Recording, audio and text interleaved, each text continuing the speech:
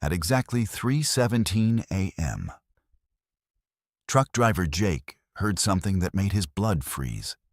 His own voice coming through the CB radio, screaming for help from a location he'd never been to. But Jake was alone in his cab, driving through the Nevada desert, and he hadn't touched his radio in hours. The voice on the frequency was begging someone to find his body before they came back, describing landmarks that didn't exist and mentioning a cargo he'd never hauled. When Jake tried to respond, his radio went dead. But the transmission continued on every frequency he tried. 3 days later, police found an abandoned truck matching Jake's description at the exact coordinates his other voice had given. But Jake was still driving, still alive, still hearing his own desperate pleas echoing through the static every night at 3:17 a.m. If you've ever experienced something that defied explanation on the road, share your story in the comments below and subscribe to Verified Fears for more true horror stories that will make you question everything you thought you knew about reality.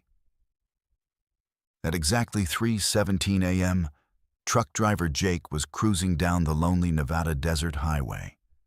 The only sound in his cab, the steady hum of the engine and the occasional crackle of his CB radio. The night was unusually still, the moon casting eerie shadows across the barren landscape. Jake had been on the road for hours, his mind drifting between exhaustion and the hypnotic rhythm of the road.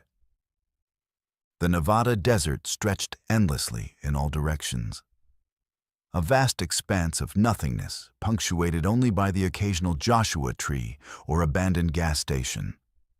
Jake had driven this route countless times over his 15-year career as a long-haul trucker. But tonight felt different.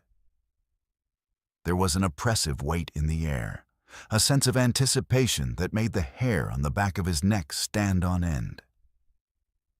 His cargo hold was filled with electronics bound for Los Angeles, a routine run that should have been completed without incident. Jake prided himself on his professionalism and punctuality, never missing a delivery deadline and always maintaining his equipment in pristine condition. His rig was his livelihood, his home away from home, and he treated it with the respect it deserved. The CB radio had been quiet for most of the night, with only the occasional trucker checking in with updates on road conditions or weather reports. Jake preferred the solitude of the late-night drives, finding peace in the rhythmic thrum of the diesel engine and the endless ribbon of asphalt stretching before his headlights. Suddenly, the static on his CB radio shifted, and a voice broke through the silence. It was his own voice, screaming for help, desperate and terrified. Jake's heart pounded as he fumbled with the radio, trying to respond, but the voice continued, describing landmarks he had never seen and a cargo he had never hauled. "Mayday, mayday. This is Jake Morrison on eastbound I-80, mile marker 247. My truck's been hijacked and I'm trapped in the sleeper compartment. They've got some kind of chemical cargo that's leaking. I can smell it burning my lungs.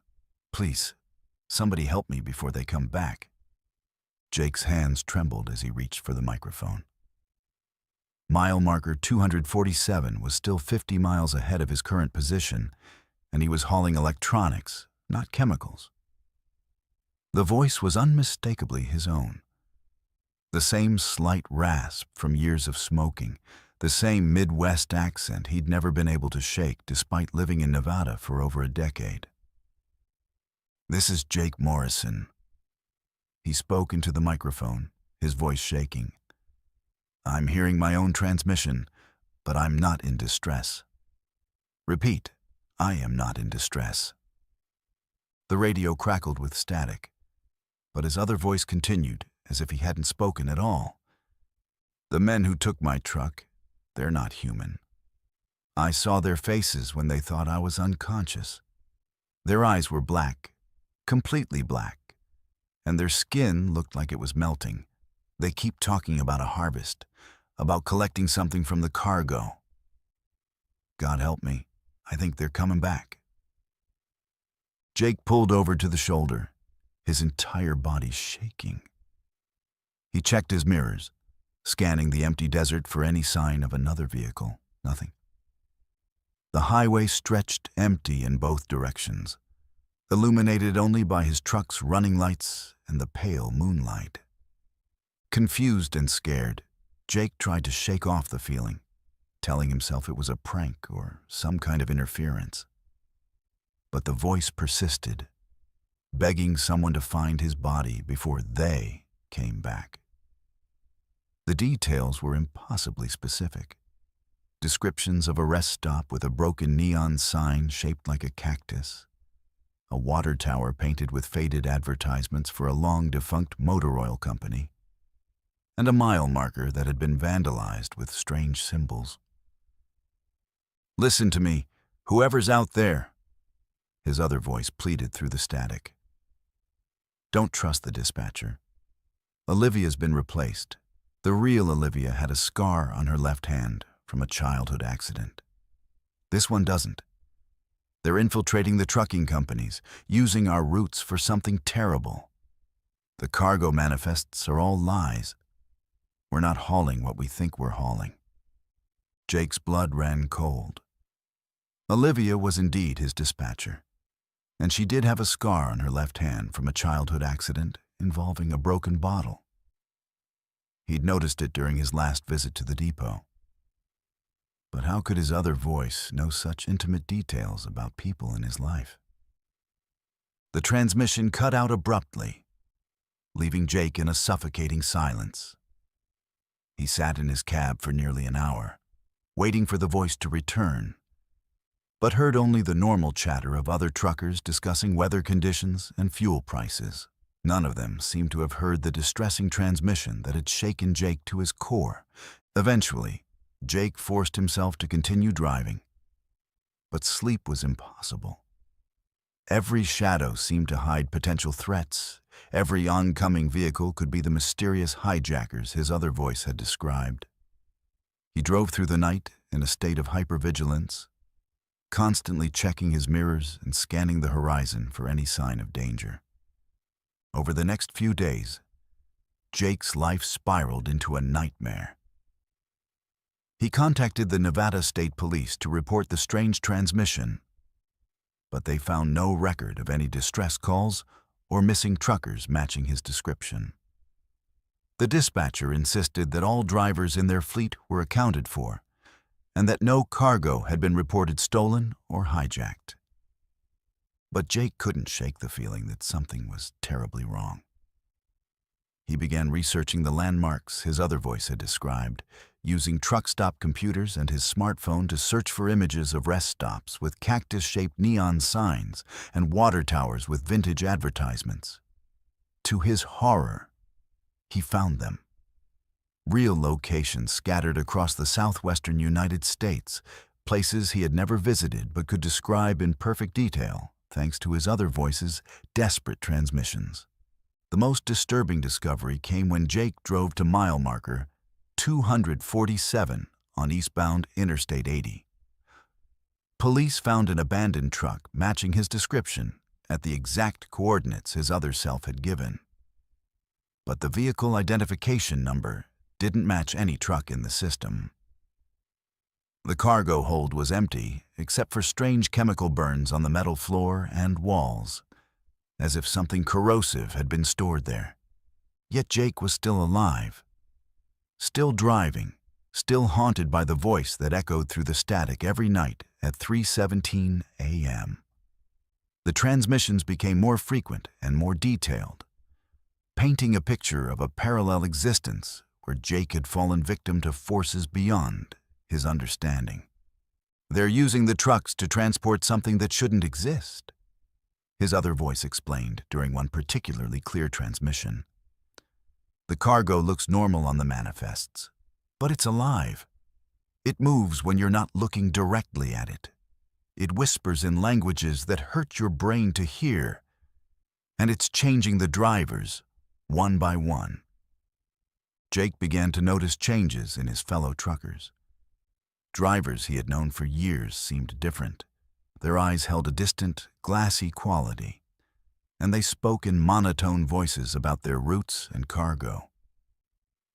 When he tried to engage them in normal conversation about their families or hobbies, they would stare at him blankly before excusing themselves. The paranoia consumed him. Jake started avoiding truck stops and rest areas, preferring to sleep in his cab at remote locations where he could see anyone approaching from miles away. He installed additional locks on his doors and began carrying a baseball bat within easy reach. His sleep became fitful and interrupted, plagued by nightmares of faceless men with melting skin and black eyes. As the story unfolds, Jake encounters strange phenomena on the road.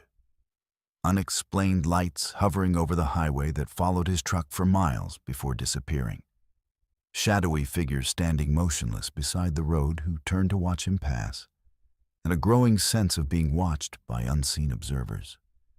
His sanity begins to fray as he tries to uncover the truth behind the mysterious transmission and the dark forces that seem to be closing in on him. The breaking point came when Jake received a call from his dispatcher, Olivia, asking him to pick up an urgent cargo shipment from a warehouse he had never heard of. The address led him to an industrial complex on the outskirts of Las Vegas, a sprawling facility surrounded by high fences and security cameras. The cargo manifest listed the contents as medical supplies.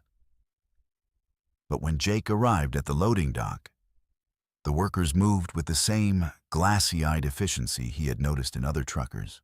The cargo containers were sealed with locks that seemed to pulse with their own internal light. And Jake could swear he heard something moving inside them as they were loaded onto his trailer. The workers refused to make eye contact and communicated only through hand signals and grunts.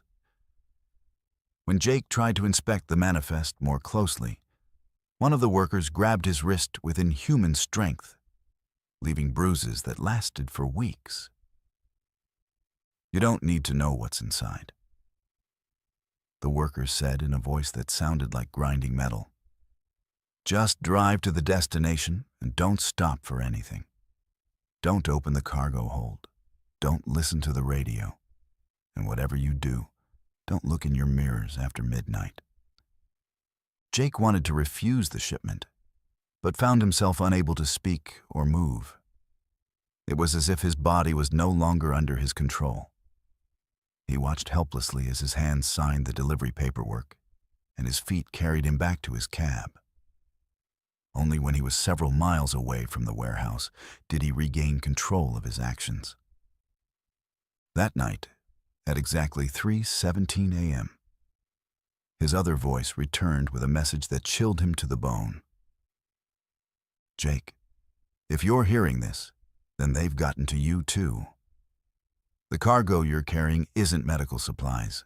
It's eggs, thousands of them, and they're about to hatch. You have maybe 6 hours before they break out of their containers and start looking for hosts. You need to get that truck as far away from populated areas as possible and find a way to destroy it before it's too late."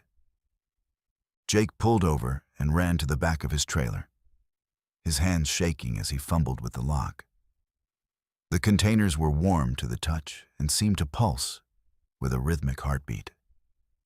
Through the metal walls, he could hear a wet, sliding sound, like something large moving through thick liquid. "Don't open them," his other voice screamed through the radio. "If you open them now, they'll imprint on you. You'll become their first host, and they'll use your body to spread to others. Drive to the coordinates I'm about to give you. There's an old mining pit filled with acid runoff. It's the only thing that can destroy them." The coordinates led Jake deep into the Nevada desert, to an abandoned copper mine that had been closed for decades due to environmental contamination. The pit was filled with a toxic soup of chemicals that glowed with an eerie green phosphorescence in the moonlight. Jake backed his trailer to the edge of the pit and began the process of unhitching it, his hands working frantically as strange sounds emanated from the cargo containers. Just as he released the final coupling, the containers burst open with a sound like breaking glass. What emerged defied description. Writhing masses of translucent flesh covered in rows of needle-sharp teeth, moving with a fluid grace that suggested intelligence far beyond anything terrestrial. They immediately began searching for Jake, their movements becoming more coordinated as they communicated through subsonic vibrations that made his bones ache. Jake dove into his cab and gunned the engine, watching in his mirrors as the trailer and its horrible cargo tumbled into the acid pit. The creature's death screams were audible even over the roar of his diesel engine, a sound like 1,000 voices crying out in unison. The pit bubbled and hissed as the acid consumed the alien spawn, sending up clouds of toxic vapor that glowed against the night sky. But Jake's relief was short-lived. As he drove away from the mining pit, his radio crackled to life once more. "You did well, Jake," his other voice said. But now it sounded different, colder, more mechanical. But that was just the first shipment. There are dozens more trucks out there carrying the same cargo to cities across the country. And now that you've proven yourself capable of handling the truth, you're going to help us stop them. The story delves into themes of identity, fate, and the thin veil between reality and nightmare, culminating in Jake's realization that he may not be the original Jake Morrison at all, but rather a copy created by the same forces that had replaced his dispatcher and fellow truckers. The midnight radio transmissions weren't coming from another version of himself, but from the real Jake Morrison, trapped in a parallel dimension and desperately trying to warn his replacement about the invasion taking place in their reality. As dawn broke over the Nevada desert, Jake Morrison, or the thing that believed itself to be Jake Morrison, continued driving toward his next destination, carrying orders that had been programmed into his synthetic memories. Behind him, the acid pit continued to bubble and smoke. But something had survived the chemical bath. Something that was already beginning to regenerate, to adapt, to evolve. The real Jake Morrison's voice continued to echo through the static, growing fainter with each transmission, as the barriers between dimensions slowly crumbled, and the harvest began in earnest. The highways of America had become conduits for an invasion that most people would never see coming, carried out by drivers who no longer remembered being human, and cargo that defied every law of nature. If you've ever felt the road whisper secrets in the dead of night, if you've ever heard your own voice calling for help from places you've never been, then you know that some transmissions are more than just radio interference. They're warnings from those who came before, desperate messages from the spaces between realities, where the original Jake Morrison and countless others wait in the static, hoping someone will hear their cries and understand the terrible truth about what travels our highways after midnight. Let's move to our second story. The sun had already disappeared behind the rolling hills of Tennessee when James pulled his 18-wheeler into the gravel lot of the Mountain View rest area. After 14 hours of driving through winding mountain roads, his body ached and his eyes burned from the strain of navigating the treacherous curves that snaked through the Appalachian foothills. The rest area was one of those forgotten places that seemed frozen in time, with weathered picnic tables, rusted trash cans, and a single flickering street light that cast long shadows across the cracked asphalt. James had been hauling freight for nearly 2 decades, and he prided himself on knowing every truck stop, rest area, and safe haven between Atlanta and Pittsburgh. This particular stop wasn't on any official maps or trucking guides. but veteran drivers whispered about it in CB radio conversations. A place where you could park for the night without being hassled by state troopers or lot lizards looking to make a quick buck. It was isolated enough to guarantee peace and quiet, nestled between two steep ridges that blocked out most of the noise from the interstate below. The October air carried the crisp bite of autumn, and James could smell wood smoke drifting down from the scattered cabins that dotted the mountainside. He'd always found something comforting about these remote Appalachian communities, where people still lived by the old ways and minded their own business. It was a stark contrast to the bustling cities where he made most of his deliveries, places where everyone seemed to be in a hurry, and nobody had time for a friendly conversation. As James performed his routine post-drive inspection, checking tire pressure and securing his load of construction materials bound for a job site in West Virginia, he noticed another vehicle in the lot. A beat-up pickup truck sat at the far end of the rest area, its rusted body barely visible in the dim light.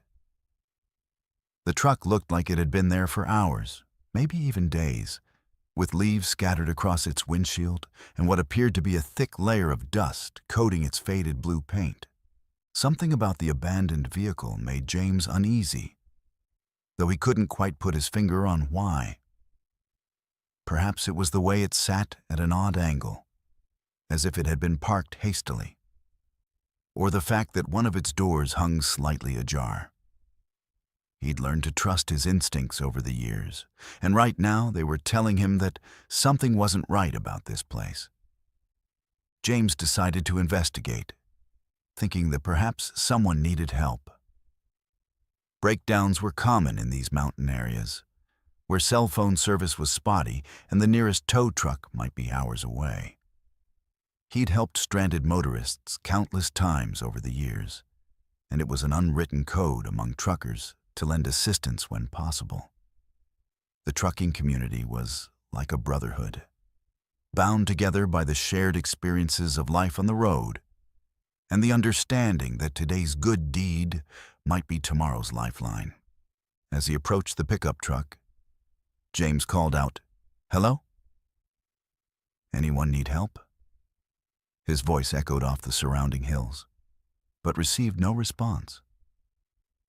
The silence was unsettling, broken only by the distant hum of traffic on the interstate and the occasional rustle of leaves in the evening breeze. The truck's interior was empty, but James noticed dark stains on the driver's seat that looked suspiciously like dried blood. A chill ran down his spine as he backed away from the vehicle, his eyes scanning the tree line for any sign of movement. The shadows seemed deeper now, and every rustle of leaves made him jump. James had seen enough crime scenes during his years on the road to recognize the signs of violence, and everything about this abandoned truck screamed danger. That's when he saw the man. Standing at the edge of the parking lot, barely visible in the dim light cast by the flickering street lamp, was a figure that seemed to have materialized from the darkness itself. The man was tall and gaunt, wearing what appeared to be dirty coveralls that hung loosely on his skeletal frame.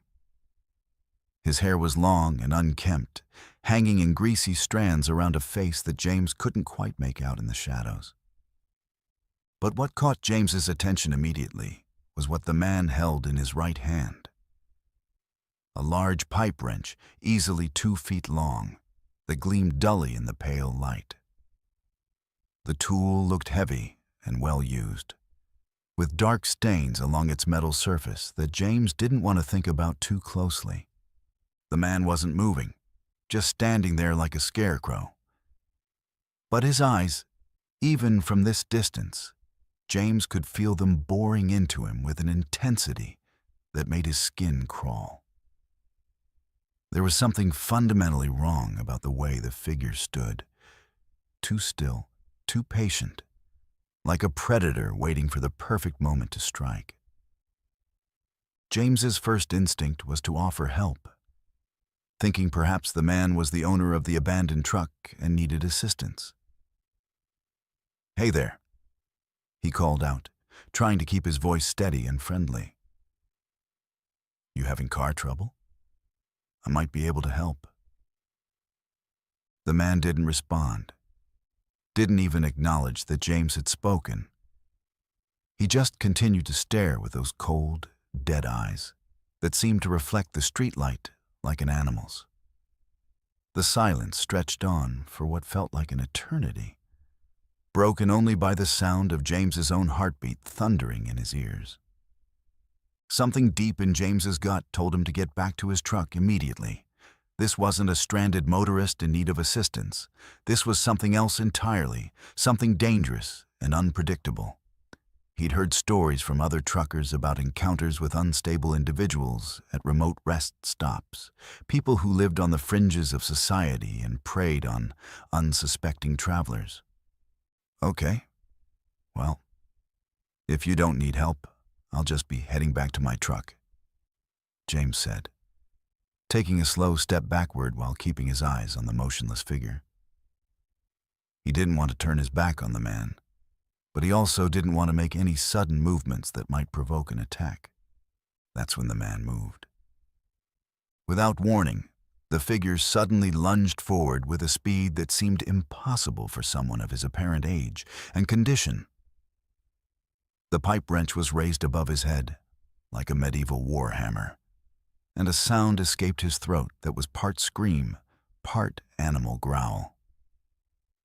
His face, now visible in the light, was a mask of pure rage and madness, with wild eyes and bared teeth that looked more like fangs than human dental work. James's military training from his younger days kicked in, and he spun around and ran toward his truck with every ounce of speed he could muster. Behind him, he could hear the man's footsteps pounding against the gravel, accompanied by that inhuman howling that raised every hair on the back of his neck. The sound of the heavy wrench cutting through the air was audible even over his own labored breathing. The distance to his truck seemed to stretch on forever, like something out of a nightmare where you run and run, but never seem to get any closer to safety. James could feel the man gaining on him, could almost feel the cold metal of the wrench whistling past his head. His lungs burned and his legs felt like lead, but the adrenaline coursing through his system kept him moving. Just as James reached his cab and grabbed the door handle, he felt something brush against his back, the wrench missing him by mere inches and striking the side of his truck with a resounding clang that echoed through the mountains. The impact left a significant dent in the metal paneling, a testament to the incredible force behind the blow. James threw himself into the driver's seat and slammed the door shut, his hands shaking as he fumbled for the lock. Through the window, he could see the man standing just outside, still holding the wrench and staring at him with those terrible eyes. The attacker began pounding on the door with the tool, each blow sending vibrations through the entire cab and spiderwebbing the safety glass. The assault continued for what felt like hours, but was probably only minutes, with the man circling the truck and striking it repeatedly while screaming incoherently. James tried to start the engine, but his hands were shaking so badly that he kept missing the ignition switch. The sound of metal on metal was deafening, and James was certain that the man would eventually break through one of the windows and drag him out into the darkness. Finally, James managed to get the engine started and threw the transmission into gear. As the truck lurched forward, he saw the man in his rearview mirror, still standing in the parking lot and watching him leave. Even as the distance increased, James could see that terrible figure silhouetted against the streetlight, motionless once again, but somehow even more menacing in his stillness. James drove non-stop for 50 miles, his heart pounding and his hands gripping the steering wheel so tightly that his knuckles turned white. Every shadow on the roadside looked like a potential threat. Every oncoming vehicle could be the madman somehow following him. The rationale part of his mind knew that the man couldn't possibly have kept up with a semi-truck, but the primal fear that had taken hold of him wasn't interested in logic. When he finally felt safe enough to stop at a well-lit truck stop with plenty of other vehicles around, James called the Tennessee State Police to report the incident. The dispatcher took his statement seriously and promised to send a patrol car to investigate the rest area. But James had a sinking feeling that they wouldn't find anything. "Sir, can you describe the individual who attacked you?" the dispatcher asked. James tried to put into words what he had seen. But how do you describe someone who seemed more like a force of nature than a human being? He was tall, maybe 6'2" or 6'3", wearing dirty coveralls, long, greasy hair. But it was his eyes that really got to me. They were completely empty, like looking into a void. And he moved wrong, you know? Too fast, too aggressive, like he wasn't quite human. The dispatcher assured James that they would investigate thoroughly and advised him to seek medical attention if he felt he needed it. But James knew that no doctor could treat what was really wrong with him. The knowledge that there were people out there who existed outside the normal boundaries of human behavior, predators who lurked in the shadows waiting for unsuspecting victims. 3 hours later, the state police called James back with an update that chilled him to the bone. They had found the rest area exactly as he had described it, complete with the abandoned pickup truck and the dents in the gravel where the struggle had taken place, but there was no sign of the man with the wrench. The truck was registered to a Harold Wickham, age 67, who was reported missing by his family 3 weeks ago. The officer explained.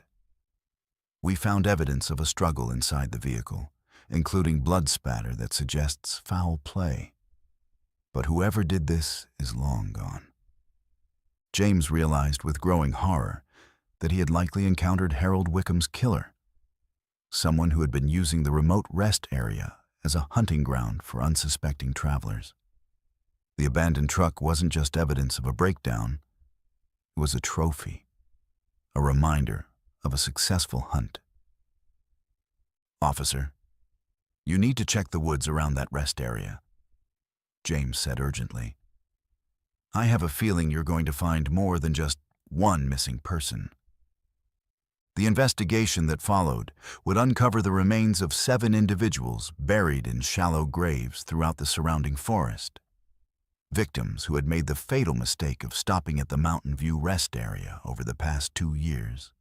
The killer was never found, despite an extensive manhunt that involved multiple law enforcement agencies and search teams with tracking dogs. James never drove through Tennessee again without thinking about that night and the man with the wrench. He'd come within seconds of becoming another statistic, another missing person whose fate would remain a mystery to his family and friends. The incident changed him in ways that were hard to articulate. He became more cautious, more aware of his surroundings, and less trusting of isolated places that had once seemed peaceful and safe.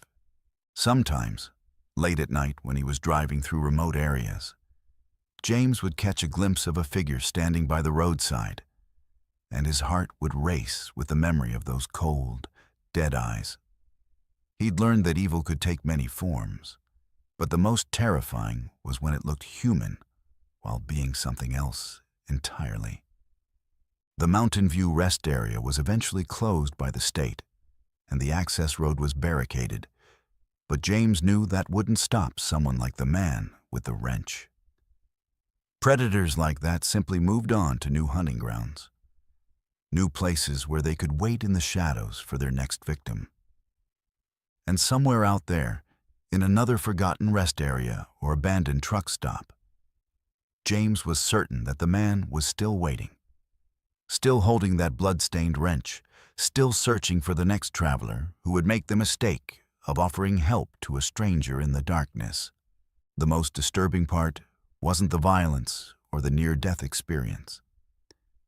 It was the realization that if James had arrived just 10 minutes earlier or later, if he had parked in a different spot or taken a different route, he might never have seen the danger until it was too late.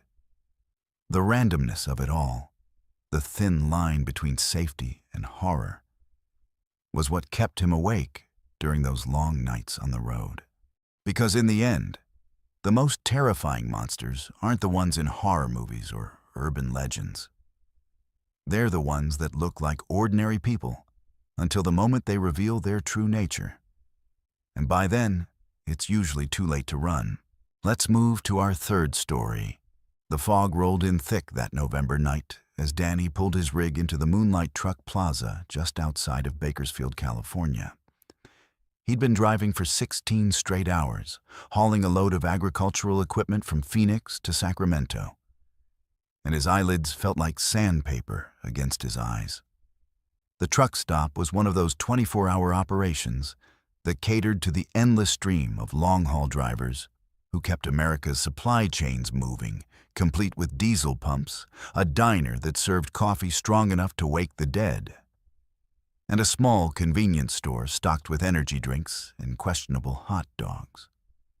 Danny had been trucking for 12 years, ever since his discharge from the Army, and he'd developed a sixth sense about people and places that didn't feel right. Tonight, that sense was screaming at him. But exhaustion overruled caution. Federal regulations mandated rest periods, and he was already pushing the legal limits of his driving time. One more violation would cost him his commercial license, and at 43 years old with 2 kids in college, he couldn't afford to lose his livelihood. The truck plaza was busier than usual for a Tuesday night, with at least a dozen big rigs scattered across the parking lot like sleeping giants. Danny found a spot near the back, away from the main building but close enough to the security lights to feel relatively safe. He'd learned over the years that the best parking spots were the ones that offered multiple escape routes while maintaining good visibility of the surrounding area. As he shut down his engine and began his post-trip inspection, Danny noticed 2 figures standing near the edge of the parking lot, partially hidden in the shadows cast by a broken streetlight.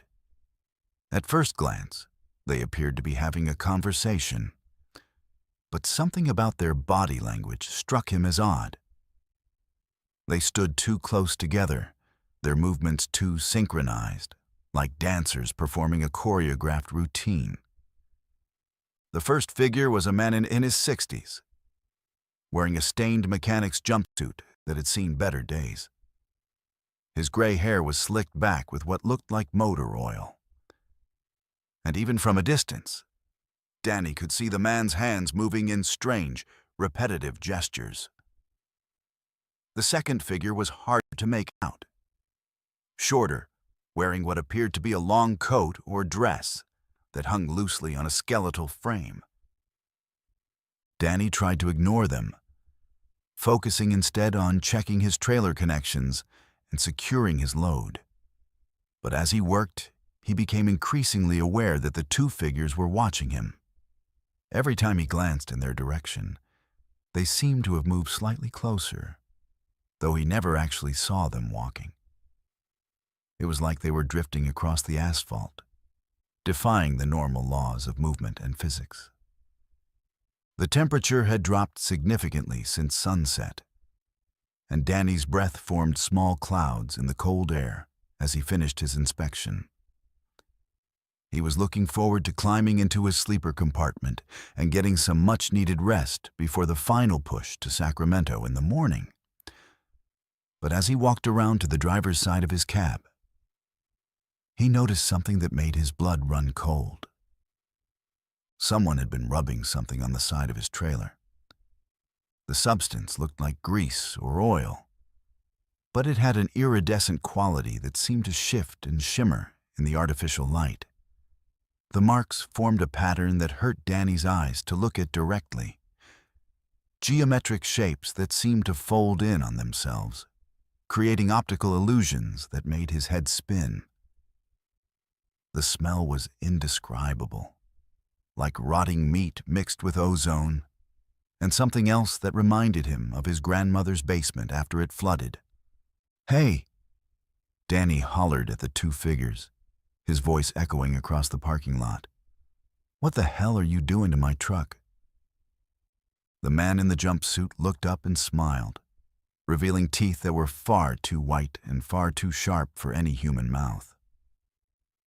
Without breaking eye contact, he began walking toward Danny with a gait that was somehow both casual and predatory. His companion followed, and as she moved into the light, Danny saw that what he had mistaken for a coat was actually her skin, pale, translucent flesh that hung in loose folds around her emaciated frame. Danny backed toward his cab, his hand instinctively moving to the pistol he kept in his door panel. He'd never had to draw his weapon in all his years on the road, but he'd always known this day might come. The trucking life exposed you to all kinds of people, and not all of them had good intentions. "Now hold on there, friend," the man called out, his voice carrying an accent that Danny couldn't place. "We're just trying to help you out. Your rig's got some bad energy around it, and we're trying to cleanse it for you." Danny climbed into his cab and locked the door, but he could see both figures approaching in his mirrors. The woman, if that's what she was, had moved around to the passenger side and was now standing on his step, pressing her face against the window. Her breath fogged the glass as she smiled, revealing gums that were black with decay and teeth that looked like they'd been filed to points. The man jumped up on the driver's side step and began licking the window with a tongue that was far too long and covered in what looked like small barbs. His eyes never left Danny's face as he performed this grotesque display, and Danny could hear him making soft, cooing sounds like a dove. "Open up, driver," the woman said, her voice muffled by the glass but still audible. "We just want to talk to you about your cargo. We know what you're really hauling, and we can help you dispose of it properly." Danny's cargo manifest listed agricultural equipment, tractors, plows, and irrigation systems bound for farms in the Central Valley. But as the woman spoke, he began to remember strange details about the loading process that he dismissed at the time. The warehouse workers had been unusually secretive, covering the equipment with tarps and refusing to let him inspect the load. The paperwork had been rushed, and the shipping company had paid him in cash rather than the usual electronic transfer. The truck began to rock as both figures started pounding on the windows with increasing intensity. The woman was using her fists, leaving bloody smears on the glass, while the man had produced what looked like a crowbar from somewhere in his jumpsuit. The sound of metal on glass was deafening in the confined space of the cab, and Danny was certain that they would break through at any moment. "Let us in," the man screamed, his voice rising to an inhuman pitch. "We know you can hear them calling. The cargo is alive, and it wants to come home." As if summoned by his words, Danny began to hear sounds coming from his trailer, scratching, scraping noises like fingernails on metal, accompanied by what sounded like whispered conversations in a language he didn't recognize. The trailer began to sway slightly, as if something large was moving around inside it. Danny fumbled for his keys, his hands shaking so badly that he could barely grip them. The engine turned over on the third try, and he threw the transmission into gear without bothering to warm up the diesel. As the truck lurched forward, he saw the man lose his grip and fall to the asphalt. But the woman managed to hold on, her fingers somehow finding purchase on the smooth metal of the door frame. She rode alongside the cab for nearly a quarter mile, her face pressed against the passenger window and her mouth moving in what looked like a silent chant. Her eyes had turned completely black, and Danny could see his own reflection multiplied dozens of times in their dark depths. Finally, she let go and tumbled into the darkness behind him. But her laughter followed the truck for miles down the highway. Danny drove without stopping until he reached Sacramento, his heart pounding and his shirt soaked with sweat despite the cold night air. When he finally arrived at the delivery site, he was shocked to discover that his trailer was empty. The agricultural equipment that had been loaded in Phoenix was gone, leaving only strange burn marks on the trailer floor and the lingering smell of ozone and decay. The shipping company claimed no knowledge of the missing cargo, and the insurance investigation turned up nothing. The warehouse in Phoenix had been abandoned for months, according to local authorities, and the paperwork Danny had signed bore the names of people who didn't exist. He was left with an empty trailer, a damaged truck, and memories that no one would believe. But the most disturbing part came weeks later, when Danny was watching the evening news and saw a report about a series of disappearances in small farming communities throughout the Central Valley. Entire families had vanished overnight, leaving behind only empty houses and fields that had been stripped bare of all vegetation. The reporter mentioned that witnesses had seen strange lights moving through the affected areas, accompanied by sounds that defied description. Danny knew with absolute certainty that whatever he had been hauling that night was connected to these disappearances.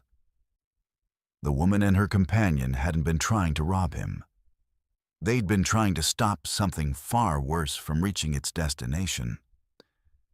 And he had delivered it right into the heart of California's agricultural region, where it could spread and multiply among the isolated farms and rural communities. Sometimes, late at night when he was driving through farming areas, Danny would see lights moving through the fields and hear sounds that reminded him of that terrible night at the Moonlight Truck Plaza.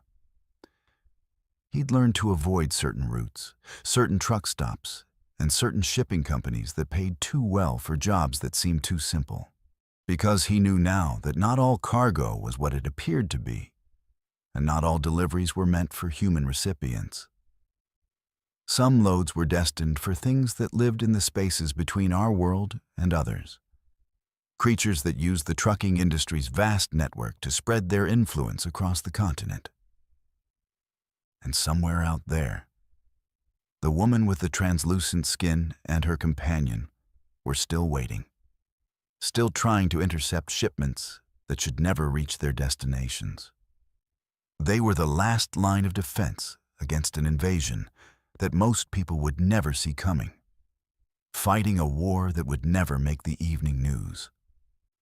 Danny never took another cash job after that night, and he always inspected his cargo personally before leaving the loading dock. But he knew that his vigilance might not be enough, because the enemy had learned to hide in plain sight, using the very systems that kept society functioning to spread their corruption across the land. The highway never sleeps, and neither do the things that use it to travel between worlds. Let's move to our fourth story. The headlights of Rick's Peterbilt cut through the pre-dawn darkness as he navigated the winding two-lane highway through rural Montana. It was 4:30 a.m. on a Tuesday in late September, and the world felt empty except for the steady rumble of his diesel engine and the occasional deer that would dart across the road like gray phantoms. Rick had been driving this route for 8 years, hauling lumber from the mills in Missoula to construction sites in Denver. And he knew every curve, every hill, and every mile marker by heart. The stretch of highway he was currently traveling was particularly desolate. 30 miles of asphalt cutting through dense pine forests and rolling meadows, with no towns, no gas stations, and no cell phone coverage.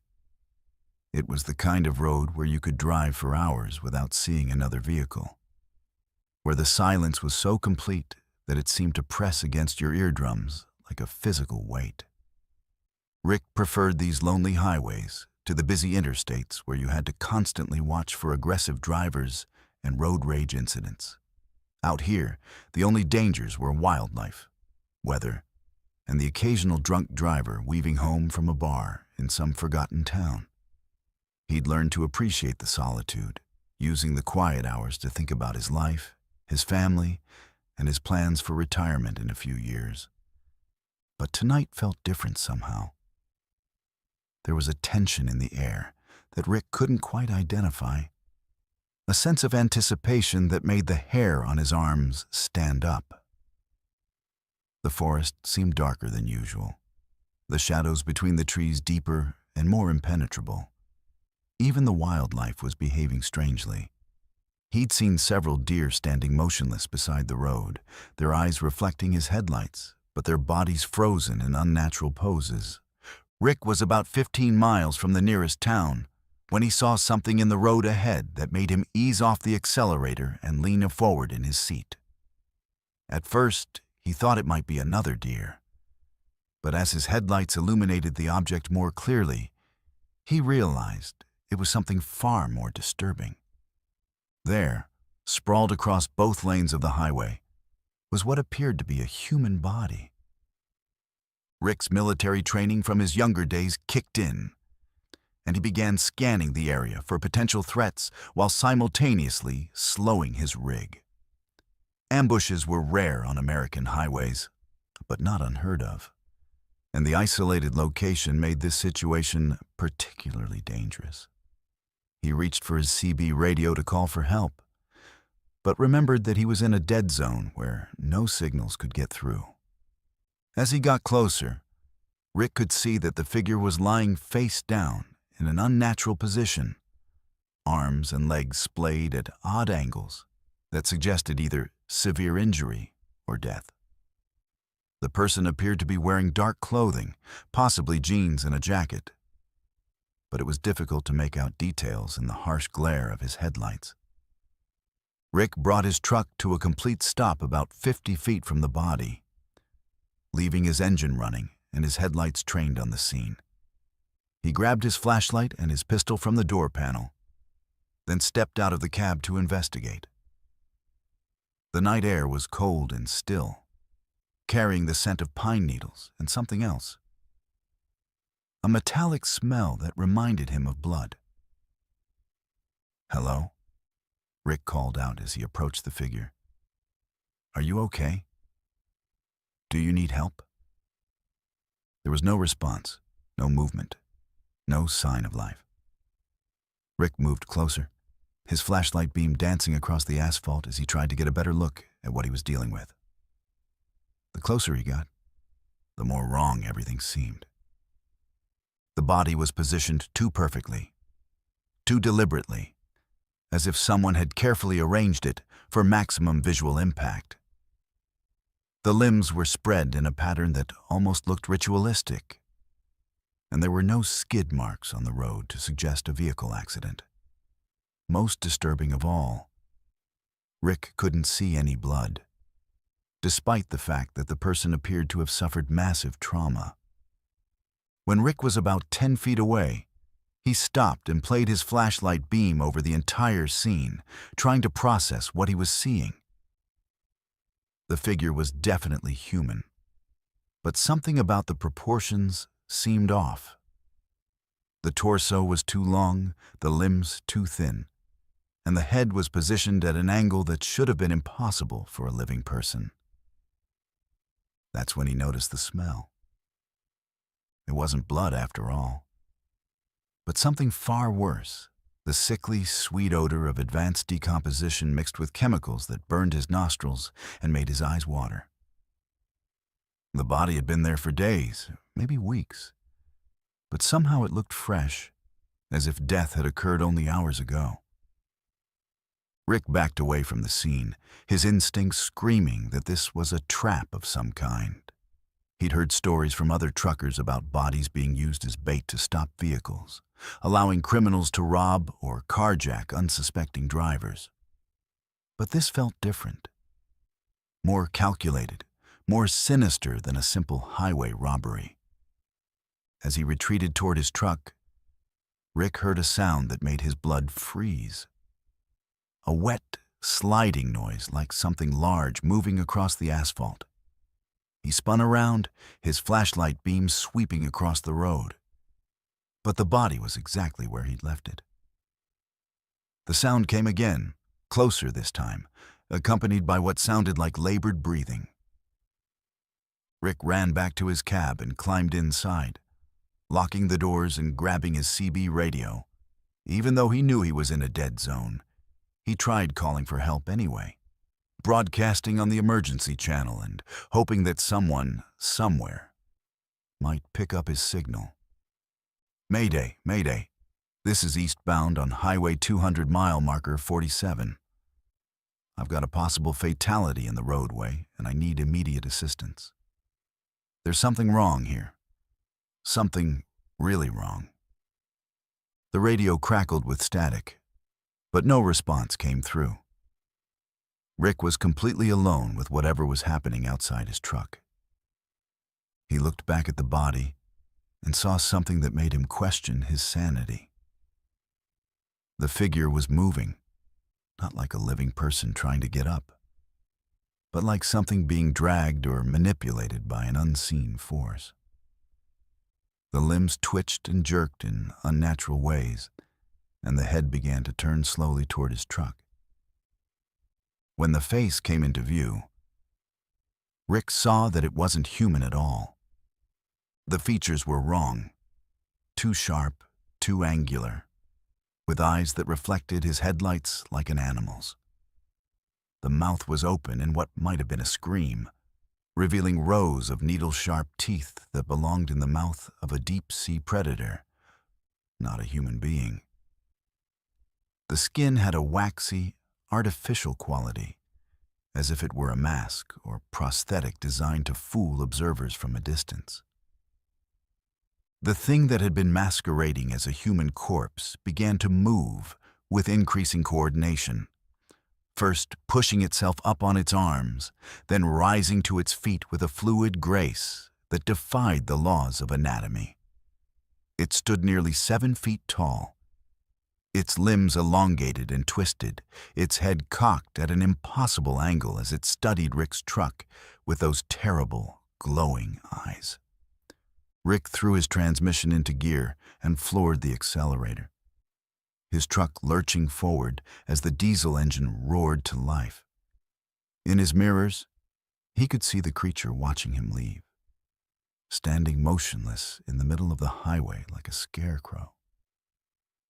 But as the distance increased, Rick realized with growing horror that the thing was following him. It didn't run or walk. It simply appeared closer to his truck with each glance in the mirror, covering impossible distances in the blink of an eye. The creature moved with a stuttering, stop-motion quality, like frames missing from an old film reel. One moment, it would be a quarter-mile behind him. The next, it would be only a few hundred yards away, gaining ground despite the fact that Rick was doing 70 miles per hour. The chase continued for miles, with the creature maintaining its impossible pursuit while Rick pushed his truck to its mechanical limits. The engine temperature gauge climbed dangerously high, and he could smell burning oil and overheated metal, but he didn't dare slow down. Behind him, the thing that had pretended to be a human corpse continued its relentless advance, its glowing eyes never leaving his truck. Just as Rick thought his engine was about to seize, he crested a hill and saw the lights of a small town spread out in the valley below. The sight of civilization gave him hope, and he began laying on his horn and flashing his headlights, trying to wake up anyone who might be able to help him. As soon as his truck crossed the town limits, the creature vanished. Rick pulled into the parking lot of an all-night diner and sat in his cab for nearly an hour, shaking and trying to process what had happened. When he finally worked up the courage to call the local sheriff's department, they sent a deputy to take his statement, but the officer clearly thought Rick was either drunk or suffering from hallucinations brought on by too many hours on the road. "Sir, we get calls like this maybe once or twice a year," the deputy explained patiently. "Long-haul drivers, isolated highways, sleep deprivation. It's a perfect recipe for seeing things that aren't there. Why don't you get some rest and see how you feel in the morning?" But Rick knew what he had seen, and he knew it wasn't a hallucination. The next day, he drove back to mile marker 47 with a state trooper. But they found nothing. No body, no evidence of any kind of disturbance, just empty highway stretching through the forest. The trooper was sympathetic but firm. Sometimes the mind plays tricks on us, especially when we're tired and stressed. There's no shame in it. Happens to the best of us. Rick never drove that stretch of highway again, choosing instead to take a longer route that added 2 hours to his trip, but kept him on busier roads with more traffic and better cell phone coverage. But he couldn't shake the feeling that the creature was still out there, still using the isolated highways to hunt for victims. Over the following months, Rick began researching similar incidents and found a disturbing pattern. Truckers across the country had reported encounters with bodies in the road that turned out to be something else entirely. Things that used human appearance as camouflage to lure unsuspecting drivers into stopping. Most of these reports were dismissed as hallucinations or hoaxes. But Rick knew better. The creatures were real, and they were using America's highway system as their hunting ground. They understood human psychology well enough to know that most people would stop to help what appeared to be an injured person, and they exploited that compassion to get close to their prey. Rick started carrying more weapons in his truck and installed additional lighting and communication equipment. He also began sharing his story with other drivers, warning them about the dangers of stopping for bodies in the road, especially on isolated highways where help was far away. Some truckers listened, but most dismissed his warnings as the ravings of a man who'd spent too many years on the road. They couldn't accept that there were things out there that looked human, but weren't. Predators that had learned to mimic our appearance and exploit our instincts for their own dark purposes. But Rick knew the truth, and he carried that knowledge with him every time he climbed into his cab and headed out onto the highway. Somewhere in the darkness between cities, between the safe harbors of civilization, things were waiting that defied explanation and challenged everything we thought we knew about the world.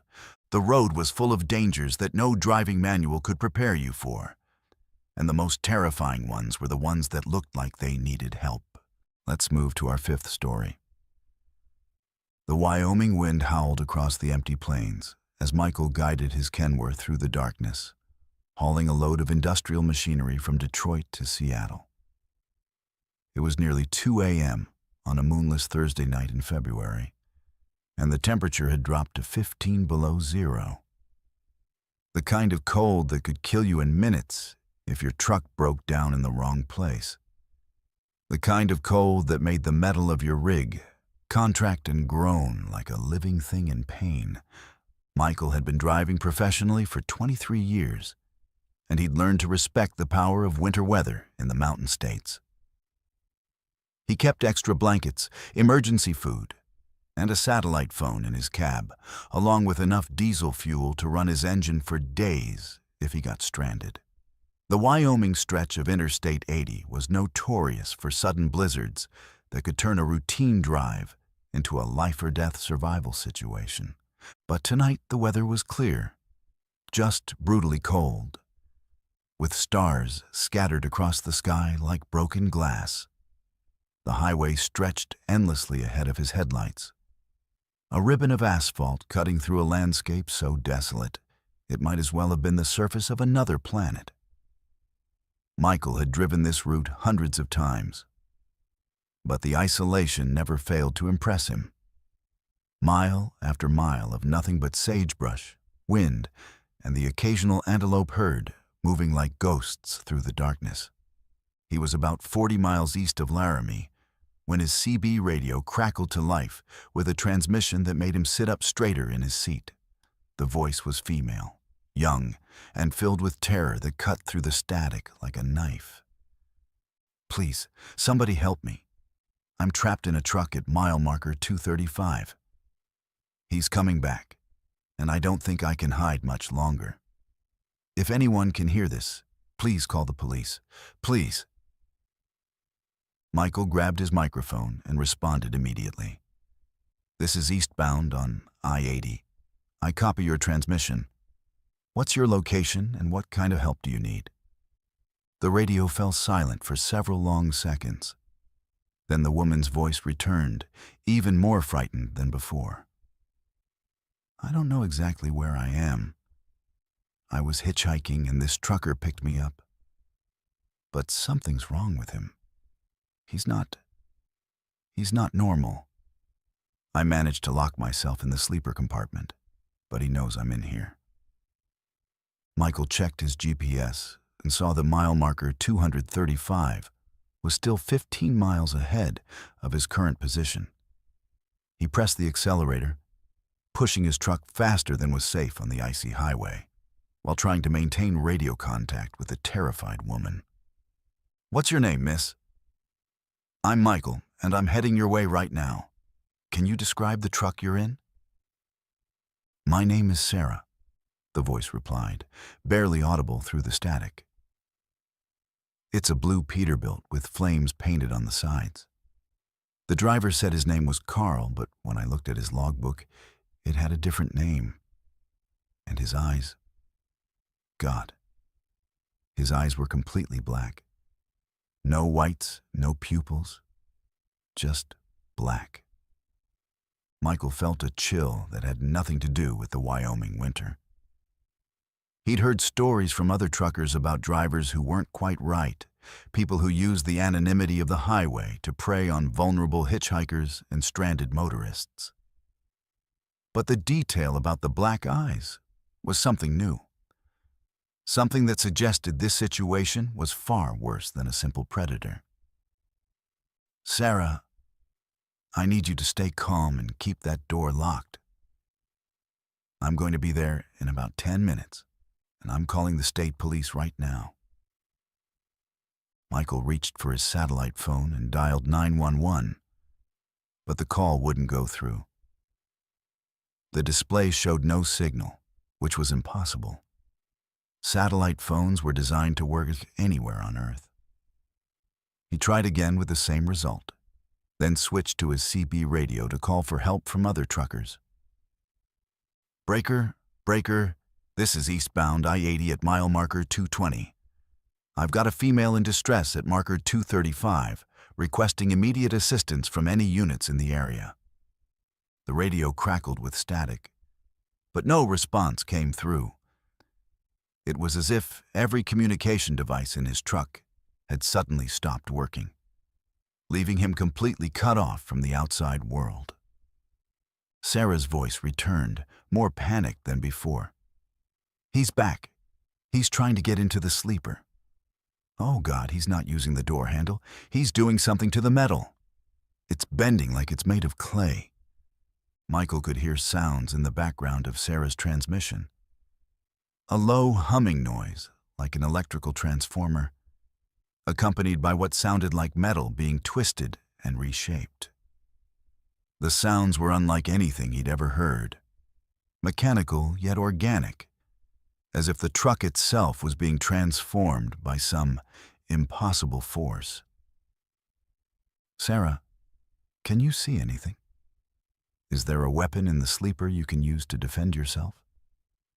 "There's a crowbar under the bunk, but I don't think it would help." "Michael, this thing isn't human. I can see its shadow through the curtain, and it's too tall, too thin. And the smell. It smells like burning copper and rotting meat." Michael crested a hill and saw lights ahead. A truck parked on the shoulder of the highway, with its hazard lights flashing. As he got closer, he could see that it matched Sarah's description. A blue Peterbilt with flame decals, sitting at an odd angle as if it had been abandoned in a hurry. But something was wrong with the truck's appearance. The metal seemed to be moving, rippling like water, and the flames painted on the sides appeared to be actually burning, casting flickering shadows across the snow-covered ground. The trailer behind the cab was swaying back and forth, despite the fact that there was no wind strong enough to move a loaded semi-trailer. Michael pulled his truck to a stop about 100 yards away and grabbed his shotgun from behind his seat. He'd never had to use it in all his years on the road, but he'd always known this day might come. The trucking life exposed you to all kinds of dangers, and some of them couldn't be handled with words or common sense. "Sarah, I'm here. I can see the truck. I'm coming to get you out." "No!" Sarah's voice screamed through the radio. "Don't come closer. It's not just the driver. The whole truck is wrong. It's alive somehow, and it's hungry. I can feel it trying to get inside my head, trying to make me open the door." As Michael watched, the blue Peterbilt began to change more dramatically. The cab stretched and elongated, taking on an organic quality that made his stomach turn. What had appeared to be chrome exhaust stacks were now writhing like tentacles, and the windshield had become a cluster of black eyes that reflected his headlights with malevolent intelligence. The thing that had been masquerading as a truck turned toward Michael's position, and he could see that the grille had transformed into a mouth filled with rows of metallic teeth. The headlights pulsed with a rhythm that reminded him of a heartbeat, and the diesel engine's rumble had become something closer to a growl. "Sarah, where are you in that thing? I need to know exactly where you are so I can get you out." "I'm in the sleeper compartment, but it's changing too. The walls are getting softer, and I can feel them pressing in on me." "Michael, I don't think this is a truck at all. I think it's something that looks like a truck to fool people into getting close." Michael realized with growing horror that Sarah was right. The creature had evolved the perfect camouflage for hunting on America's highways.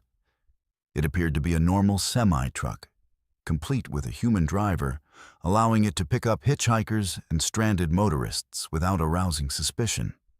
By the time victims realized what they were dealing with, they were already trapped inside its body.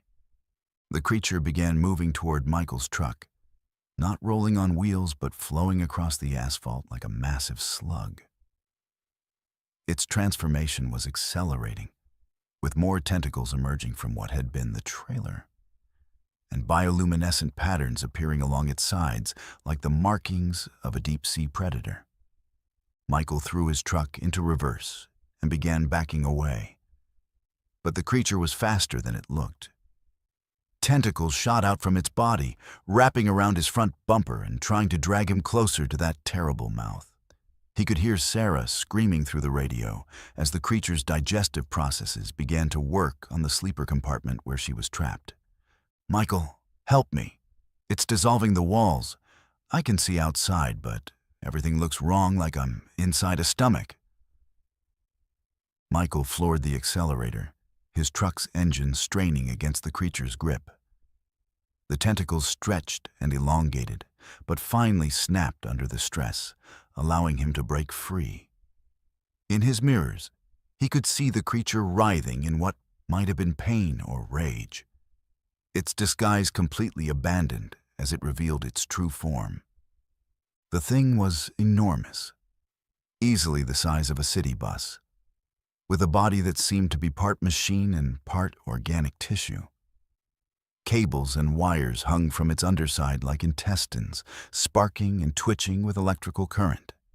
Its surface was covered in what looked like license plates from dozens of different states, trophies from previous victims who had made the fatal mistake of accepting a ride.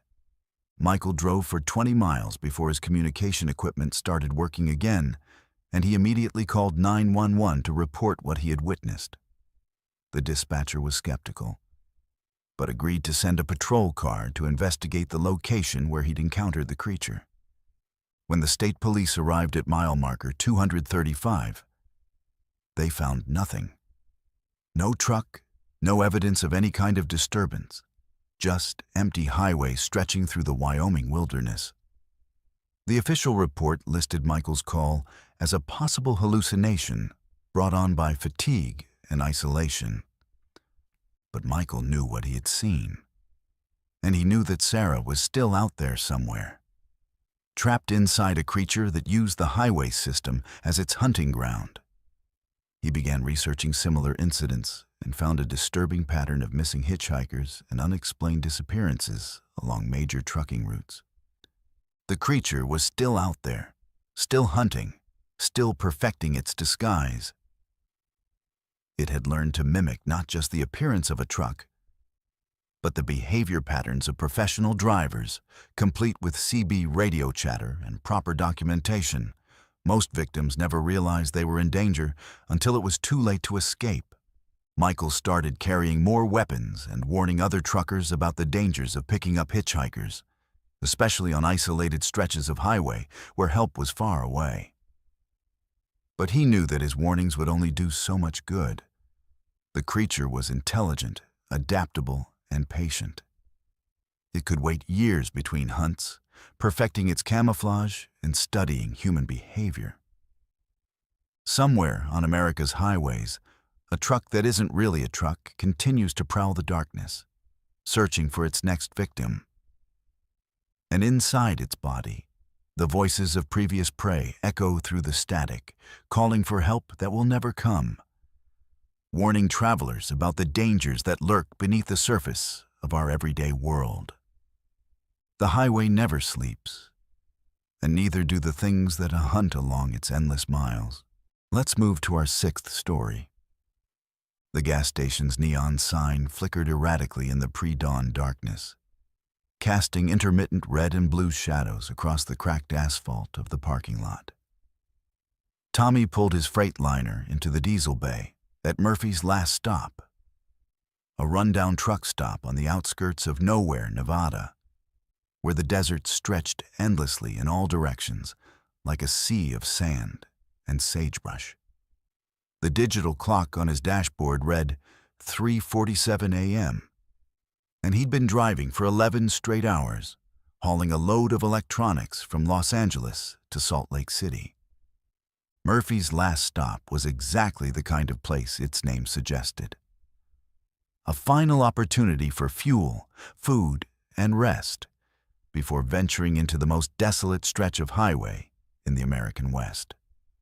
The building itself looked like it had been constructed in the 1960s and hadn't been updated since, with faded paint, rusted metal siding, and windows so dirty they were nearly opaque. But it was open 24 hours, the diesel was cheap, and the coffee was strong enough to keep a dead man awake. Tommy had been trucking for 15 years, ever since his discharge from the Marines, and he'd learned to appreciate these forgotten outposts of civilization. They were staffed by people who understood the trucking life, who knew that drivers needed more than just fuel. They needed a friendly face, a hot meal, and sometimes just someone to talk to during the long, lonely hours of the night. As he filled his tanks, Tommy noticed another truck pulling into the lot. A newer Peterbilt with California plates, driven by someone who looked to be about his own age. The driver parked near the building and walked inside, moving with the slightly stiff gait of someone who'd been sitting behind the wheel for too many hours. Tommy finished fueling and decided to go inside for coffee and a sandwich. Maybe strike up a conversation with a fellow road warrior. The interior of Murphy's Last Stop was a time capsule from a bygone era, with wood-paneled walls, vinyl booths that had seen better decades, and a jukebox that probably still played 45 RPM records. The fluorescent lights hummed and flickered overhead, casting harsh shadows that made everyone look pale and sickly. Behind the counter stood a middle-aged woman with graying hair and tired eyes, the kind of person who'd spent too many years working the night shift in places like this. The other trucker was standing at the coffee station, filling a large styrofoam cup with what looked like motor oil. Tommy approached and nodded in greeting, following the unwritten code of the road that said truckers should acknowledge each other, even if they were strangers. "Long night?" Tommy asked, reaching for his own cup. The other driver looked up and smiled, but something about his expression made Tommy's skin crawl. The man's eyes were too bright, too intense, and his smile revealed teeth that seemed too white and too sharp. When he spoke, his voice had a quality that reminded Tommy of fingernails on a chalkboard. "Every night's a long night out here," the man replied. "But I don't mind. I enjoy the solitude, the darkness. It gives me time to think about my work." There was something in the way he said work that made Tommy uncomfortable, as if the word carried implications that went far beyond simple freight hauling. The man extended his hand in greeting, and Tommy noticed that his fingers were unusually long and pale, with nails that looked more like claws. "Name's Carl," the stranger said. "Carl Wickham. I've been driving these roads for more years than I care to count." Tommy shook the offered hand and immediately regretted it. Carl's skin was ice cold, despite the warm interior of the truck stop, and his grip was uncomfortably strong. More disturbing was the texture. The man's palm felt rough and scaly, like the hide of some reptilian creature. "Tommy Morrison," he replied, pulling his hand back as quickly as politeness would allow. "I'm heading up to Salt Lake. You?" Carl's smile widened, revealing even more of those unnaturally sharp teeth. "Oh, I go wherever the road takes me. I'm not particular about destinations. It's the journey that matters, don't you think? The people you meet along the way." The conversation continued for several more minutes, but Tommy found himself growing increasingly uneasy. Carl spoke in riddles and half-statements, always seeming to imply more than he actually said. He mentioned having cargo that required special handling and talked about making deliveries to people who were very particular about their requirements. When Tommy asked what kind of freight Carl hauled, the man's eyes took on a predatory gleam. "Let's just say I transport things that most people wouldn't want to know about. Specialized items for specialized clients. The kind of work that pays very well if you have the stomach for it." Tommy excused himself and walked to the counter to pay for his coffee, but he could feel Carl's eyes following him across the room. The cashier, whose name tag identified her as Dolores, rang up his purchase with the mechanical efficiency of someone who'd performed the same task thousands of times. "You be careful out there, honey," Dolores said quietly, glancing toward Carl. "That one's been coming in here for months, always alone, always asking questions about other drivers. Something ain't right about him." Tommy nodded and headed for the door, but Carl intercepted him near the exit. "Hey, Tommy, I was thinking, we're both heading north and the road can get pretty lonely. Why don't we convoy for a while? Keep each other company on the CB." Every instinct Tommy possessed was screaming at him to refuse, but he didn't want to seem rude or paranoid. "Sure, I guess that would be okay. I'm on Channel 19. Carl's smile became even more unsettling. "Perfect. I'll be right behind you, watching your back. You never know what kind of dangers you might encounter out there in the dark." Tommy left the truck stop with a sense of dread that he couldn't shake. As he performed his pre-trip inspection, he noticed Carl watching him from across the parking lot, standing motionless beside his Peterbilt like a scarecrow. The man's truck looked normal enough from a distance, but there was something about it that seemed wrong. The proportions were slightly off, and the chrome seemed to gleam with an unnatural brightness in the artificial light. Tommy climbed into his cab and started his engine, eager to get back on the road and put some distance between himself and the strange trucker. But as he pulled out of the parking lot, He saw Carl's headlights appear in his mirrors, following at a distance that was close enough to be threatening but far enough away to seem coincidental. The CB radio crackled to life as Tommy merged onto the highway. "Hey there, Tommy boy. This is your new road buddy, Carl. Beautiful night for driving, isn't it? So peaceful, so quiet. Perfect for getting to know each other better." Tommy keyed his microphone reluctantly.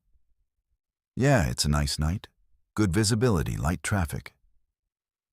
"Oh, I love light traffic," Carl's voice replied, carrying an undertone that made Tommy's blood run cold.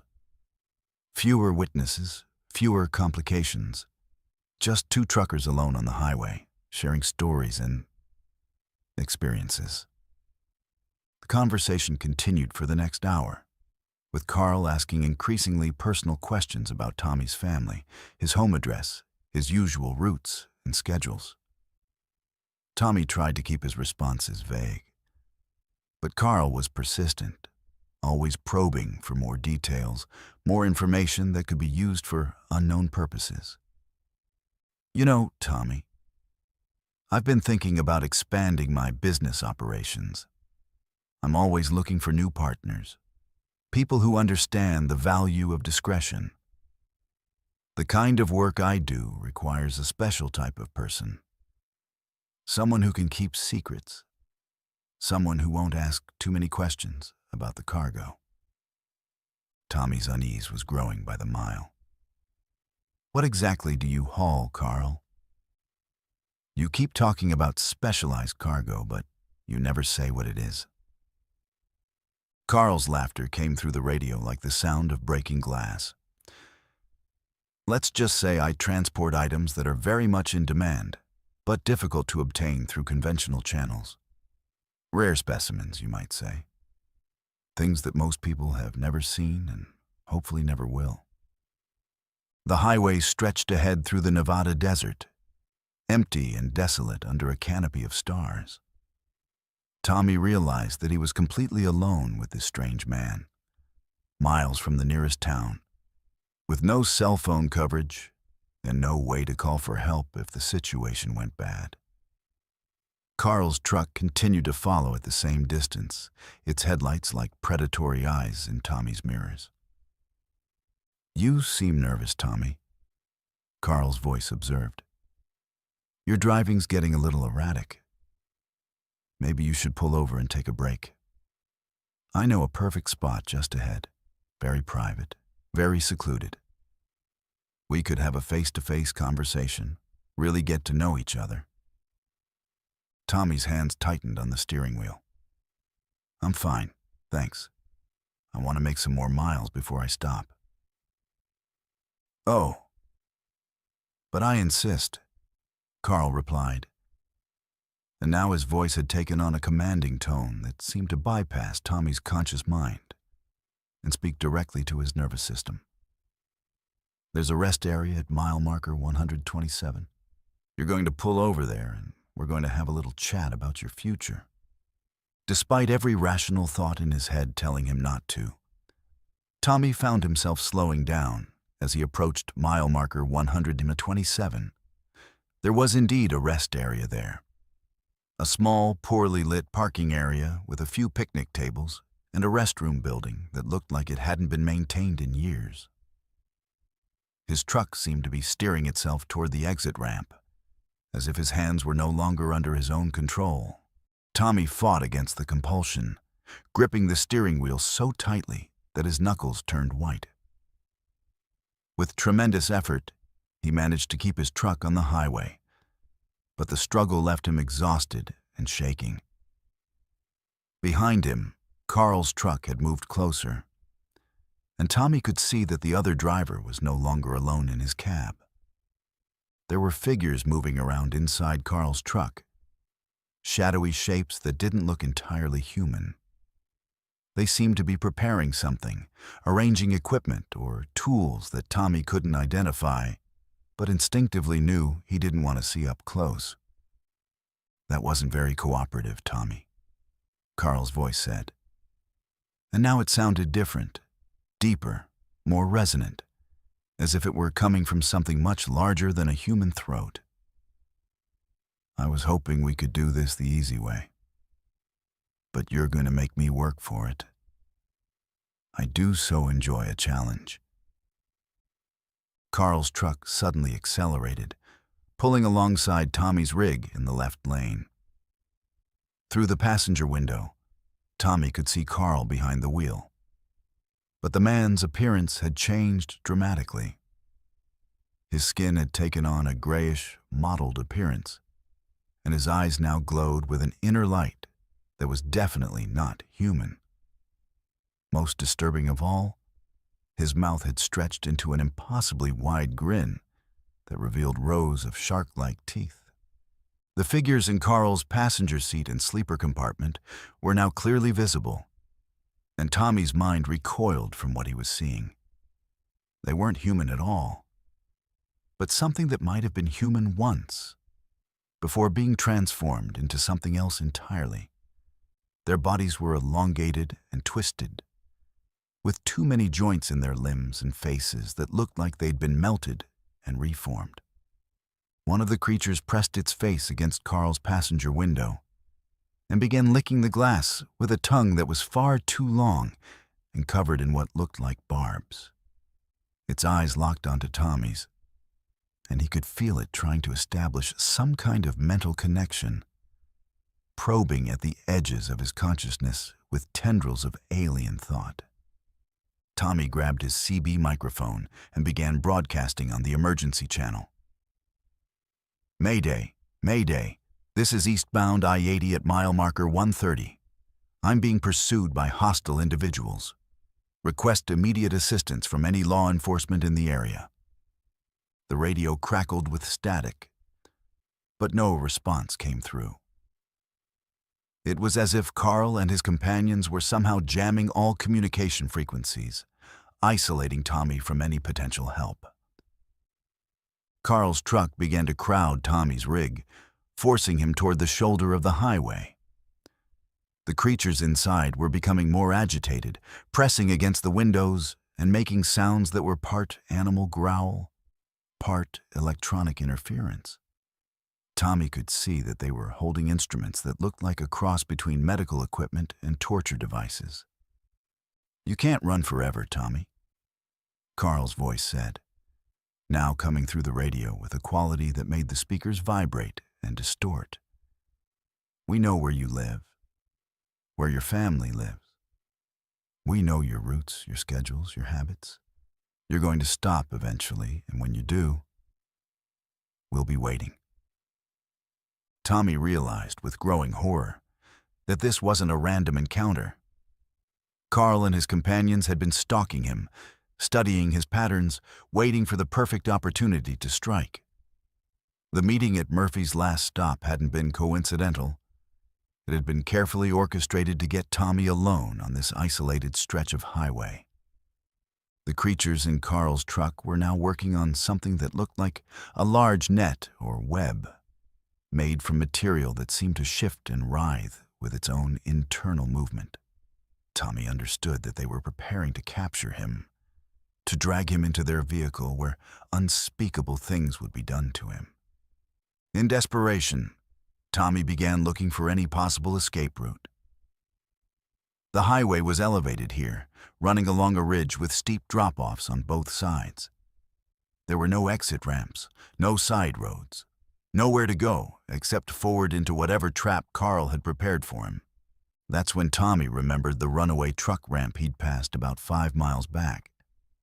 If he could somehow get Carl's truck to overshoot him, he might be able to double back and use the ramp to escape into the desert, where the creature's larger vehicle would have trouble following. Tommy suddenly hit his brakes, causing his truck to decelerate rapidly. Carl's truck shot past him, and Tommy could see the creatures inside scrambling to adjust their positions. He immediately floored the accelerator and began weaving back and forth across both lanes, making it difficult for Carl to match his movements. The chase continued for several more miles, with Carl's truck trying to box Tommy in while the creatures inside prepared their capture equipment. Tommy could see more of them now, at least 6 or 7 beings that looked like they'd been assembled from spare parts of different species. Some had too many arms. Others had heads that were the wrong shape for their bodies. And all of them moved with a fluid, boneless quality that suggested their anatomy was fundamentally different from anything terrestrial. Finally, Tommy saw what he'd been looking for: an emergency crossover in the highway median that would allow him to reverse direction. He waited until Carl's truck was committed to a passing maneuver, then suddenly cut across the median and began heading back the way he'd come. Carl's truck tried to follow, but its larger size and the presence of the creatures inside made it less maneuverable. Tommy watched in his mirrors as the vehicle skidded sideways across the median, nearly rolling over before coming to rest in a cloud of dust and debris. Tommy didn't stop to see if Carl and his companions were injured. He drove at maximum speed back toward Murphy's last stop, hoping to find help or at least other people who could witness what was happening. But when he arrived at the truck stop, he found it completely abandoned. The lights were off, the doors were locked, and there was no sign of Dolores or anyone else. It was as if the entire place had been evacuated in preparation for whatever Carl had planned to do to Tommy. The realization that the creatures had accomplices, that they were part of some larger organization, made Tommy's situation even more desperate. He continued driving east, putting as much distance as possible between himself and the site of the encounter. His CB radio remained silent, and his cell phone showed no signal, as if he'd been cut off from all communication with the outside world. It wasn't until Tommy reached the outskirts of Salt Lake City that his phone finally picked up a signal, and he was able to call 911. The dispatcher took his report seriously and promised to send patrol cars to investigate the area where the encounter had occurred. But Tommy knew they wouldn't find anything. Carl and his companions were too smart, too organized to leave evidence behind. They would have cleaned up any traces of their presence and moved on to stalk their next victim. The highway was full of isolated truckers who could disappear without anyone noticing for days or weeks. Tommy completed his delivery in Salt Lake City, but he couldn't shake the feeling that he was still being watched. He started varying his routes, avoiding the Nevada desert entirely and carrying more weapons in his truck. He also began researching similar incidents and found a disturbing pattern of missing truckers along remote highways throughout the western United States. The creatures were real, and they were using the trucking industry's vast network to hunt for victims. They understood the culture of the road well enough to blend in, to appear normal until they revealed their true nature. Most drivers who encountered them probably never lived to tell about it. Tommy started sharing his story with other truckers, warning them about the dangers of accepting convoy invitations from strangers, especially on isolated highways. Some listened, but most dismissed his warnings as the product of too many hours on the road and too much caffeine. But Tommy knew the truth, and he carried that knowledge with him every time he climbed into his cab and headed out onto the highway. Somewhere in the darkness between cities, Carl and his companions were still hunting, still searching for their next victim. The road was full of predators that no safety manual could prepare you for, and the most dangerous ones were the ones that looked almost human until it was too late to escape. And in the deepest part of the Nevada desert, Murphy's last stop sits empty and abandoned, waiting for the next unsuspecting trucker to stop for fuel and coffee, unaware that they're walking into a trap that's been carefully prepared by things that should not exist. The highway never sleeps, and neither do the hunters that prowl its endless miles, wearing human faces like masks while they search for their next prey. Let's move to our 7th story. The shoulder of Interstate 75 stretched endlessly through the Georgia pines as Marcus pulled his Mack truck to a stop. the diesel engine's rumble fading into the humid night air. It was 2:15 a.m. on a sweltering August evening, and the heat hadn't broken even after sunset. The asphalt still radiated warmth from the day's brutal sun, creating shimmering mirages that danced in his headlights like ghostly apparitions. Marcus had been driving for 19 years, hauling everything from furniture to farm equipment across the southeastern United States. He knew every truck stop, every way station, and every dangerous curve between Atlanta and Miami. But tonight, something had forced him to pull over. Not mechanical trouble or fatigue, but something far more unsettling that he couldn't quite name. For the past 50 miles, Marcus had been seeing figures walking along the highway shoulder. At first, he dismissed them as hitchhikers or stranded motorists. But as the sightings became more frequent, he began to notice disturbing patterns that defied logical explanation. The figures all walked in the same direction, moving north against the flow of traffic with a purposeful, measured gait that never varied. They appeared to be people of all ages. Elderly men in hospital gowns, middle-aged women in blue dresses, children in pajamas, teenagers in school uniforms. But they all shared certain characteristics that made Marcus's skin crawl. None of them ever looked at approaching vehicles or attempted to flag down help.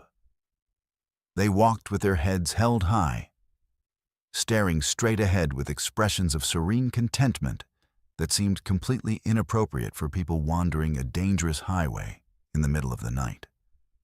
Most disturbing of all, they cast no shadows, despite the bright illumination from Marcus's headlights. Marcus had encountered his first shoulder walker about an hour earlier, an elderly woman in a faded hospital gown, shuffling along the gravel shoulder near Valdosta.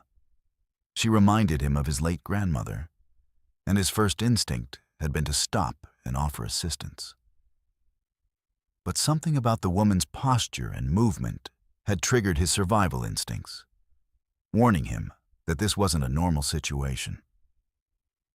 As he'd slowed his truck and pulled toward the shoulder, the woman had turned to look directly at him. Her face was pale and waxy, with eyes that reflected his headlights like an animal's.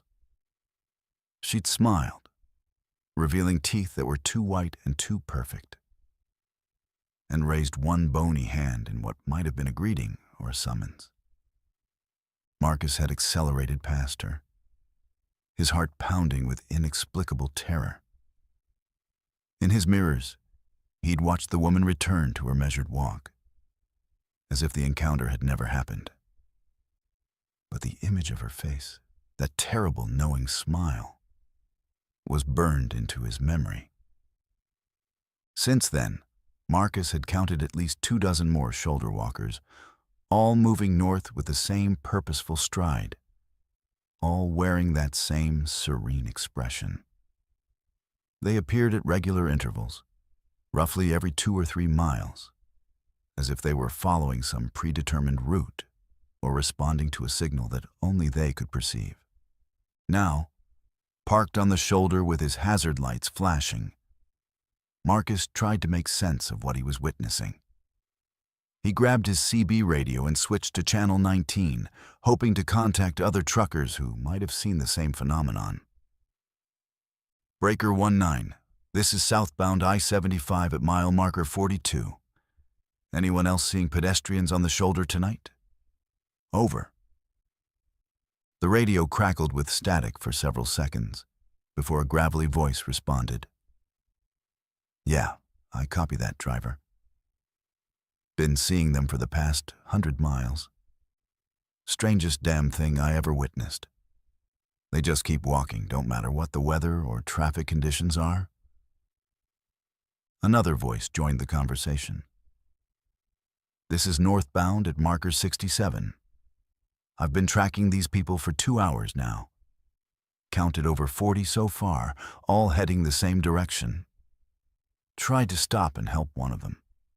Little girl in a nightgown. But she just looked right through me like I wasn't there. Marcus keyed his microphone. Anyone know where they're going or where they're coming from? Negative on that, good buddy. But I'll tell you what's really got me spooked. I passed the same old man 3 times tonight.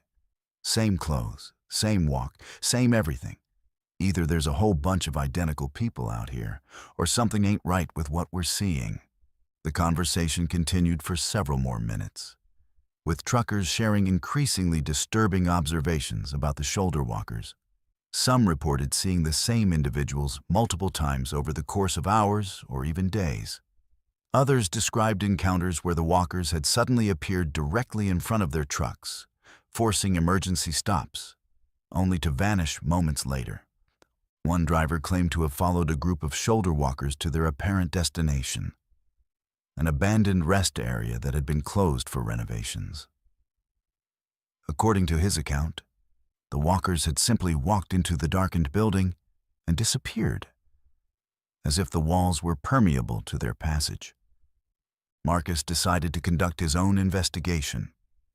He'd always been curious by nature, and the mystery of the shoulder walkers was too compelling to ignore. He started his engine and began driving slowly northward, keeping his eyes peeled for the next figure. He didn't have to wait long. About 5 miles up the road, his headlights illuminated a man in his 40s wearing a business suit that looked like it had been expensive once, but was now stained and torn. The man walked with the same measured pace as the others, his briefcase swinging rhythmically at his side. Marcus pulled alongside the walking figure and rolled down his passenger window. "Hey, buddy. You need a ride? It's not safe to be walking out here." The man turned to look at Marcus, and the trucker immediately regretted his decision to stop. The figure's face was pale and gaunt, with dark circles under his eyes that looked like bruises. His mouth was set in a slight smile that never wavered, and his eyes held an emptiness that suggested no one was home behind them. "Thank you for your concern," the man said in a voice that sounded like it was coming from the bottom of a well. "But I have somewhere I need to be. We all do." "Where are you going?" Marcus asked, though every instinct was telling him to drive away as fast as possible. The man's smile widened slightly. "North, always north. To the place where the walking ends and the real work begins." Marcus felt a chill despite the oppressive heat. "What kind of work?"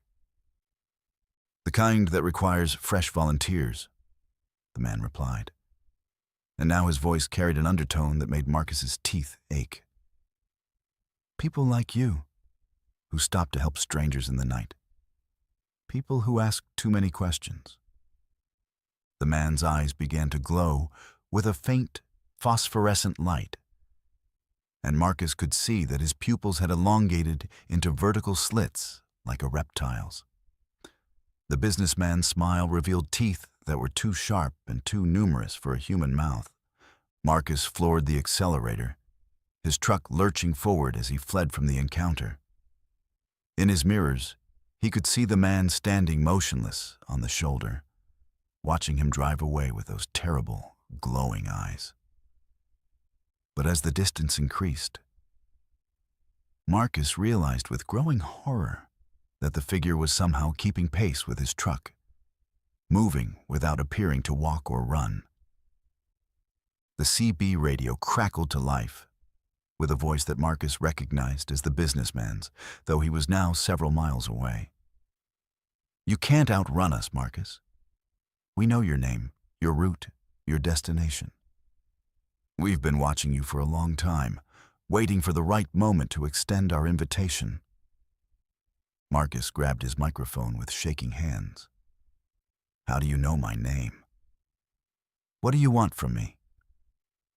"We want you to join us, Marcus, to become part of something larger than yourself. The walking is just the beginning, a way to sort out those who are ready from those who who aren't. You've shown curiosity, compassion, the willingness to help strangers. These are valuable qualities in our line of work. What line of work? Marcus demanded, though he wasn't sure he wanted to know the answer. Recruitment, the voice replied. We're always looking for new team members, people who understand the importance of helping others find their true purpose. The shoulder is just our interview process, a way to identify candidates who have the right disposition. Marcus realized with dawning horror that the shoulder walkers weren't victims or lost souls. They were recruiters, agents of some larger organization that used the highway system to identify and collect potential members. The walking was a form of psychological testing, designed to attract people who would stop to help strangers in distress. What happens to people who join you? Marcus asked, though he suspected he already knew the answer. They find peace, the voice replied. No more worries about deadlines, fuel costs, or mechanical breakdowns. No more loneliness on the long hauls. Just the satisfaction of meaningful work and the companionship of like-minded individuals. Marcus looked in his mirrors and saw that the shoulder walkers were now appearing in greater numbers, emerging from the tree line on both sides of the highway. They moved with increasing coordination, forming loose groups that seemed to be herding his truck toward some predetermined destination. The businessman's voice returned, now coming from multiple radio channels simultaneously. You're approaching the collection point, Marcus. Don't be afraid. The transition is quite painless. Most people find it rather liberating, actually. No more decisions to make, no more responsibilities to worry about. Ahead of Marcus, the highway curved to the right, and he could see lights in the distance that didn't look like normal traffic. As he got closer, he realized it was a massive gathering of shoulder walkers. Hundreds of figures standing in perfect formation across both lanes of the interstate, blocking all traffic in both directions. They stood with military precision, arranged in rows that stretched from the median to the outer shoulders. All of them were facing Marcus's approaching truck, and all of them wore the same serene smile that he'd seen on the businessman's face. Their eyes glowed with that same phosphorescent light, creating a constellation of unblinking stars in the darkness. Marcus hit his brakes and brought his truck to a stop about 50 yards from the assembled crowd. He could see other vehicles scattered among the walkers, cars, trucks, and motorcycles that had apparently been stopped by previous gatherings. Some of the vehicles' drivers were now standing among the walkers, having apparently joined their ranks. The businessman appeared at Marcus's driver's side window, though Marcus hadn't seen him approach. Up close, the figure's inhuman nature was even more apparent. His skin had a translucent quality that revealed dark veins beneath the surface, and his movements were too fluid, too graceful for normal human anatomy. Welcome to the end of your journey, Marcus, the businessman said, and the beginning of your real purpose. Step out of the truck and let us show you what you've been missing all these years on the road. Marcus looked at the assembled crowd and realized that many of the faces were familiar. Truckers he'd known for years, drivers who had simply vanished from the CB channels without explanation. They all wore the same peaceful expression, the same empty smile that suggested they'd found something they'd been searching for their entire lives. The temptation was overwhelming. Marcus was tired of the loneliness, tired of the endless miles and the constant pressure to make deliveries on time. The idea of joining a community where all of those worries would disappear was incredibly appealing. But something deep in his core rebelled against the offer. Marcus had always been independent, always valued his freedom above security or comfort. The thought of surrendering his will to some collective consciousness, no matter how peaceful it might be, filled him with revulsion. Instead of opening his door, Marcus threw his truck into reverse and began backing away from the gathering. The shoulder walkers immediately began moving toward him, their serene expressions never changing, but their pace increasing dramatically. They moved with inhuman speed and coordination, flowing around obstacles like water while maintaining their formation. Marcus spun his truck around in a dangerous U-turn and began driving south, back the way he'd come. In his mirrors, he could see the entire gathering pursuing him, moving as a single organism across the highway. They didn't run or walk. They simply flowed forward with a speed that defied physics, gaining ground despite his truck's acceleration. The chase continued for miles, with the shoulder walkers maintaining their pursuit while the businessman's voice provided commentary through the CB radio. "You're only delaying the inevitable, Marcus. We have agents throughout the highway system, every truck stop, every way station, every rest area. You can't drive forever, and when you stop, we'll be waiting." Marcus realized that the businessman was right. He couldn't outrun an organization that had infiltrated the entire trucking infrastructure. But he also knew that he couldn't surrender to them, couldn't allow himself to become another empty-eyed recruit in their endless army. As dawn began to break over the Georgia landscape, the shoulder walkers gradually fell behind and disappeared, as if daylight somehow weakened their ability to maintain the pursuit. Marcus continued driving south until he reached the Florida border, where he finally felt safe enough to stop and call for help. But when he tried to report the incident to the authorities, he found that no one would believe his story. The Georgia State Police had no record of any unusual activity on the 75, and the trucking company's dispatcher insisted that all drivers in their fleet were accounted for and operating normally. Marcus realized that the shoulder walkers organization was far more sophisticated than he'd imagined, with the ability to cover up their activities and manipulate official records. They operated in the shadows of the transportation industry, using the anonymity and isolation of long-haul trucking to conduct their recruitment operations. From that night forward, Marcus never drove alone on isolated highways after dark. He started traveling in convoys with other truckers, and he always carried multiple forms of communication in case his CB radio was compromised. Most importantly, he never stopped to help strangers walking along the highway shoulder, no matter how much his conscience urged him to do so. Because Marcus had learned that sometimes the people who appear to need help the most are actually the ones you should fear the most. The shoulder walkers were still out there, still recruiting, still adding to their ranks one compassionate driver at a time. And somewhere on a dark highway in Georgia, they continue their endless march northward, searching for the next trucker who will make the fatal mistake of stopping to offer assistance to a stranger in the night.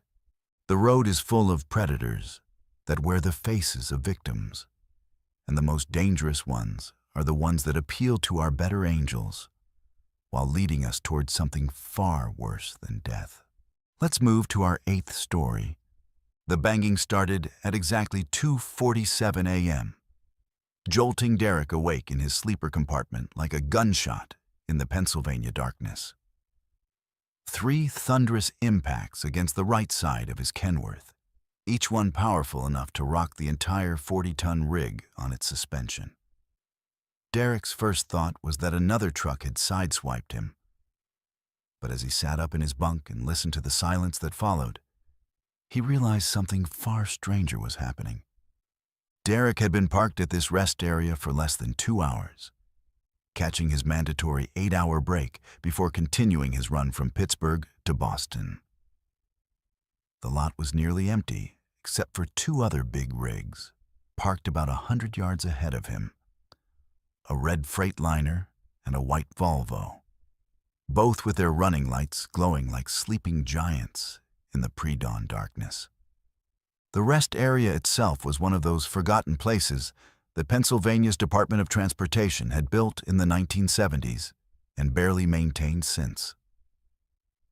Cracked picnic tables sat scattered around a small building that housed restrooms so filthy that most truckers preferred to use the woods. A single flickering streetlight cast weak yellow light across the crumbling asphalt, creating shadows that seemed to move and shift with each flicker of the dying bulb. Derek grabbed his flashlight and peered out his passenger window, expecting to see damage from whatever had struck his truck. But the side of his trailer looked perfectly normal. No dents, no scratches, no sign that anything had made contact with the metal. He checked his driver's side mirror and saw nothing unusual, just empty parking spaces and the dark tree line that bordered the rest area. The banging came again, this time from the left side of his truck. 3 more impacts, perfectly spaced and delivered with tremendous force. The entire cab shook, and Derek could hear his coffee mug rattling in its holder. But when he looked out his driver's window, he saw nothing that could have caused the noise. Derek had been trucking for 12 years, and he'd experienced everything from blown tires to engine fires. But this was something entirely different, something that defied logical explanation. The impacts were too powerful and too precise to be caused by wind or settling metal, and there was no one visible outside his truck who could be responsible. He grabbed his CB radio and switched to channel 19, hoping to contact the other drivers in the lot. Breaker 19, this is the Kenworth in the back of the rest area. Anyone else hearing loud banging noises? Over. The radio crackled with static for several seconds before a gravelly voice responded. Yeah, I copy that, driver. Been hearing it for the past 10 minutes.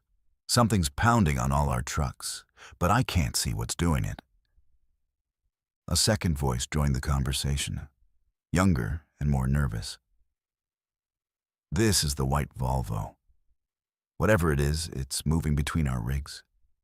I saw something dark pass by my windshield, but it was too fast to make out what it was.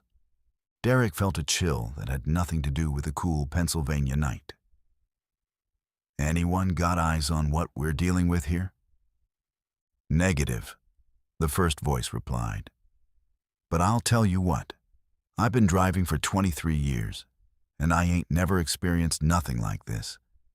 It's like something's testing our trucks, checking to see if we're awake.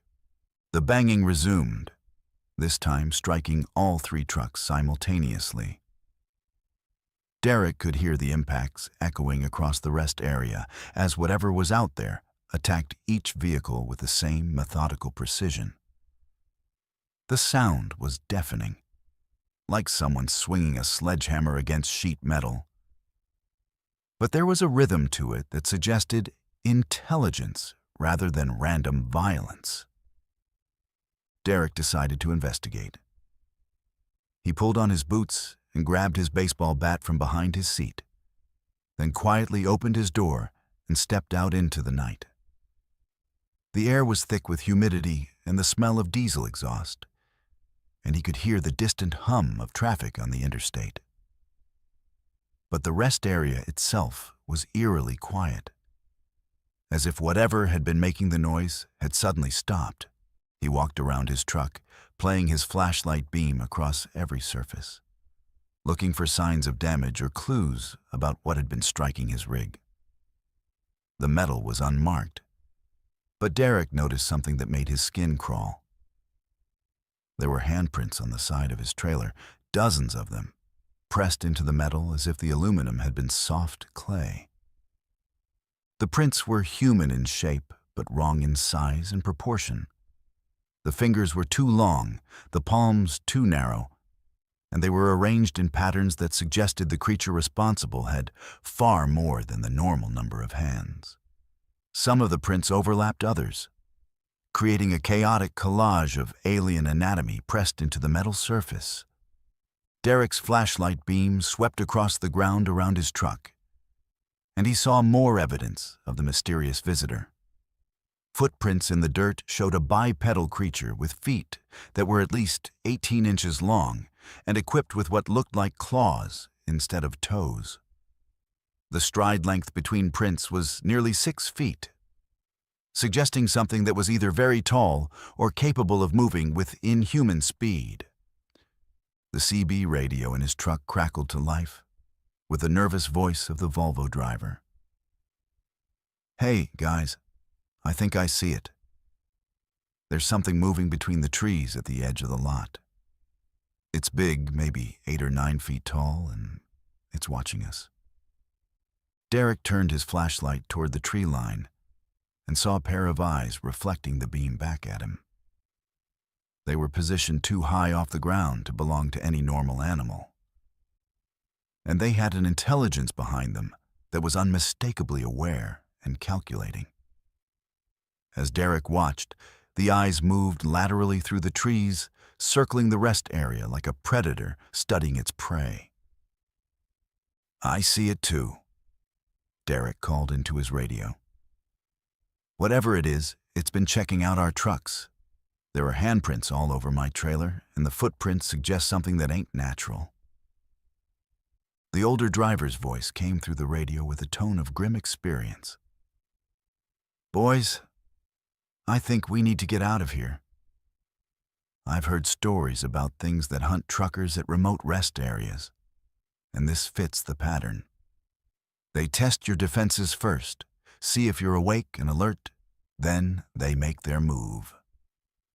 Derek was about to respond when the banging resumed with renewed intensity. But this time, it wasn't random impacts. The creature was pounding out a rhythm, a complex pattern that sounded almost like communication. The beats echoed off the surrounding trees and seemed to be answered by similar sounds from deeper in the forest. "There's more than one of them," Derek realized with growing horror. "They're talking to each other." The eyes in the tree line multiplied, becoming a constellation of reflected light that surrounded the rest area. Derek counted at least a dozen pairs, all positioned at the same unnatural height, all focused on the 3 trucks with predatory intensity. The creatures were coordinating their approach, using the darkness and their superior numbers to their advantage. The banging stopped abruptly, replaced by a sound that was far more terrifying: the scraping of claws against metal as the creatures began climbing onto the trucks.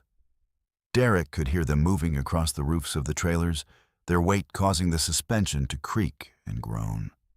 They moved with surprising stealth for such large beings, their clawed feet finding purchase on the smooth metal surfaces. Derek ran back to his cab and climbed inside, locking the doors behind him. Through his windshield, he could see dark shapes moving across the other trucks, silhouetted against the weak glow of the streetlight. The creatures were humanoid in general shape, but wrong in every detail. Too tall, too thin, with limbs that bent in ways that human joints couldn't accommodate. One of the creatures dropped down from the roof of the Freightliner and landed directly in front of Derek's truck. In the harsh glare of his headlights, he got his first clear look at what they were dealing with. The thing stood nearly 9 feet tall, with gray mottled skin that looked like it had never seen sunlight. Its arms were disproportionately long, reaching almost to the ground, and ended in hands that had too many fingers, each tipped with claws that gleamed like polished bone. The creature's face was the most disturbing feature, vaguely human in structure, but stretched and distorted like a reflection in a funhouse mirror. Its eyes were large and completely black, with no visible pupils or irises, and its mouth was filled with teeth that looked more suited to tearing meat than any kind of normal diet. The thing tilted its head as it studied Derek's truck, moving with the curious intensity of a scientist examining a specimen. It approached the driver's side door and began tapping on the window with one elongated finger, the sound sharp and rhythmic like Morse code. Derek grabbed his CB microphone with shaking hands. "They're right outside our trucks. I can see one of them clearly, and it's not human. We need to get out of here now." "Agreed," the Freightliner driver replied. "On my count, we all start our engines and get the hell out of here. 3, 2, 1, go." Derek turned his key and felt a surge of relief as his diesel engine roared to life. But his relief was short-lived. The creature at his door didn't flee from the noise. Instead, it began pounding on his window with increasing intensity, its claws leaving scratches in the safety glass. Derek threw his transmission into gear and began moving forward. But the creature kept pace with his truck, running alongside the cab with inhuman speed and agility. More of the beings emerged from the trees and began pursuing the 3 trucks as they fled the rest area, their long legs covering ground with loping strides that reminded Derek of wolves chasing prey. The chase continued onto the interstate, with the creatures maintaining their pursuit despite the truck's increasing speed. They ran in formation, communicating with each other through a series of clicks and whistles that carried over the noise of the diesel engines. Some of them attempted to leap onto the moving trucks, their claws scraping against metal as they tried to find purchase on the smooth surfaces. Derek pushed his truck to its maximum speed, the engine temperature gauge climbing dangerously high as he demanded more power than the machine was designed to deliver. In his mirrors, he could see the creatures falling behind, their endurance finally reaching its limits. But he didn't slow down until he reached the next truck stop, a brightly lit facility with plenty of other vehicles and people around. The 3 drivers met in the truck stop's restaurant, comparing their experiences and trying to make sense of what they'd encountered. All of their trucks showed evidence of the attack: handprints, claw marks, and dents from the creature's attempts to break in. But when they tried to report the incident to the authorities, they found that no one would believe their story.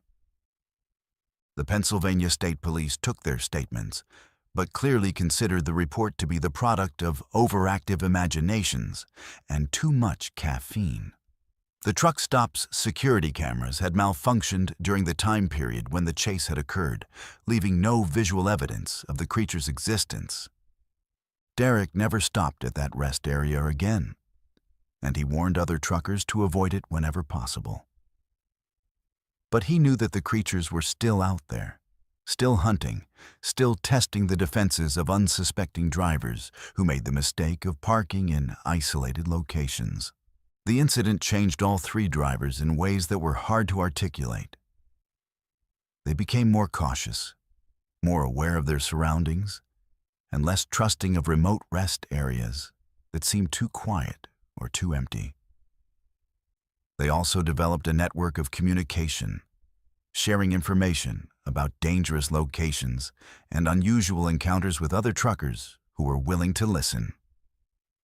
And because they had learned that the highway was home to predators that no safety manual could prepare you for, creatures that used the darkness and isolation of the trucking life to hunt for victims. The banging in the night wasn't random. It was a test, a way for the creatures to determine which trucks contained alert, armed drivers and which ones held easy prey. And somewhere in the Pennsylvania darkness, at a forgotten rest area that most maps don't show, the creatures continue their nocturnal hunts, waiting for the next group of truckers who will make the fatal mistake of stopping for the night in the wrong place. The road never sleeps, and neither do the things that hunt along its edges, testing our defenses and waiting for the moment when we let our guard down. Let's move to our 9th story. The GPS on Tony's dashboard showed nothing but empty highway for the next 60 miles, as he navigated his Peterbilt through the remote wilderness of northern Idaho. It was just past midnight on a frigid February night, and the snow was falling so heavily that his windshield wipers could barely keep up with the accumulation. The temperature gauge read -22 degrees, the kind of cold that could freeze diesel fuel and kill a man in minutes if his truck broke down in the wrong place. Tony had been hauling lumber from the mills around Coeur d'Alene for 8 years, and he knew these mountain roads better than most locals. The route through the Bitterroot Mountains was treacherous, even in good weather, with steep grades, hairpin turns, and drop-offs that plunged hundreds of feet into rocky canyons. In conditions like tonight, it was borderline suicidal. But the construction company in Spokane needed the load by morning, and Tony couldn't afford to miss another deadline. The paranoia had started about 50 miles back, just after he'd passed through the last small town before entering the true wilderness. At first, it was just a nagging feeling that something wasn't right, the kind of unease that experienced drivers learn to trust. But as the miles accumulated and the snow continued to fall, the feeling had grown into a certainty that he was being watched, followed, hunted by something that moved through the forest alongside his truck. Tony had tried to dismiss the sensation as a product of fatigue and isolation, but the evidence was becoming harder to ignore. In his mirrors, he caught glimpses of movement between the trees, dark shapes that seemed to pace his truck, maintaining the same speed and direction despite the difficult terrain. When he slowed down, they slowed down. When he accelerated, they kept pace with inhuman endurance. The CB radio had been silent for hours, which wasn't unusual in this remote area where mountains blocked most transmissions. But tonight, the silence felt oppressive, as if something was actively jamming the frequencies to prevent him from calling for help. Tony's satellite phone showed no signal, and his cell phone had lost coverage miles ago, leaving him completely cut off from the outside world. The first direct sign of trouble came when Tony noticed tracks in the snow alongside the highway. They appeared in his headlights as he rounded a sharp curve, running parallel to the road in the soft powder that had accumulated on the shoulder. The tracks were large, easily twice the size of human footprints, and they showed a stride length that suggested something moving at incredible speed. But what made Tony's blood run cold was the realization that the tracks were fresh, made within the last few minutes based on how little snow had accumulated in them. Whatever was making them was not only keeping pace with his truck, but was close enough to leave evidence of its passage in the areas illuminated by his headlights. Tony pressed harder on the accelerator, pushing his truck faster than was safe on the icy mountain road. The diesel engine roared as it climbed the steep grade, and he could feel the trailer sliding slightly on the curves despite his chains and experience. But the alternative, slowing down and allowing whatever was out there to get closer, seemed far more dangerous than the risk of losing control. The tracks multiplied as Tony continued climbing into the mountains. What had started as a single set of prints became 2, then 4, then too many to count. They crisscrossed the highway, disappeared into the forest, and reappeared on the other side, suggesting a pack of creatures that was coordinating their movements and surrounding his truck. Tony's hands were shaking as he gripped the steering wheel, and sweat was beading on his forehead despite the frigid air. He'd heard stories from other drivers about encounters with strange creatures in remote areas, but he'd always dismissed them as tall tales or the products of too much caffeine and too little sleep. Now, faced with evidence that something was actively stalking him through the Idaho wilderness, those stories seemed far more credible. The attack came without warning as Tony navigated a particularly treacherous section of road that wound along the edge of a deep canyon. Something large struck the passenger side of his cab with tremendous force, rocking the entire truck and spiderwebbing the window. Tony fought to maintain control as his truck skidded toward the guardrail, the trailer jackknifing slightly before he managed to straighten it out. In the brief moment when whatever had attacked him was visible in his peripheral vision, Tony caught a glimpse of something that defied description. It was roughly humanoid in shape, but covered in thick, dark fur that glistened with ice crystals. Its limbs were disproportionately long and muscular, and its face combined human and animal features in a way that suggested intelligence behind the predatory instincts.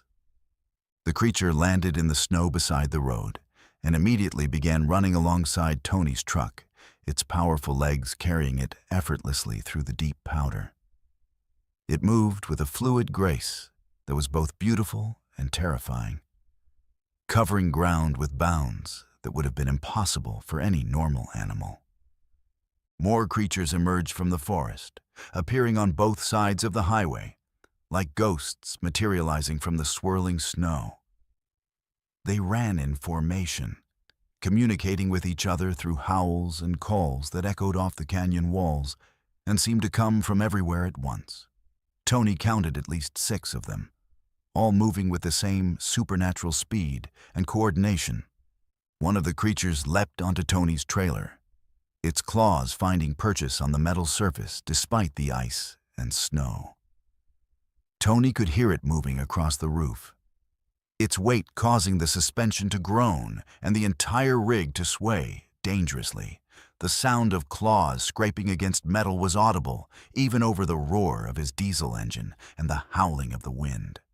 Tony reached for his CB radio and began broadcasting on the emergency channel, hoping that someone, somewhere, might pick up his transmission. "Mayday, Mayday.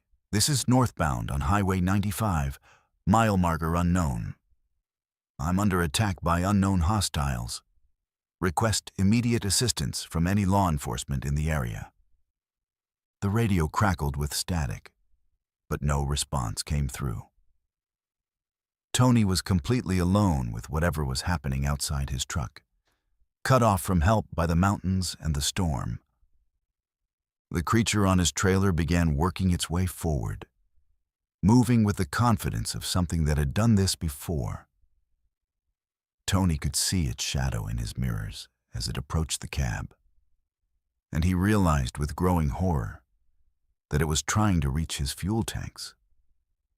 If it managed to puncture them, he would be stranded in the wilderness with no heat, no power, and no way to escape. In desperation, Tony began swerving back and forth across the highway, trying to shake the creature loose.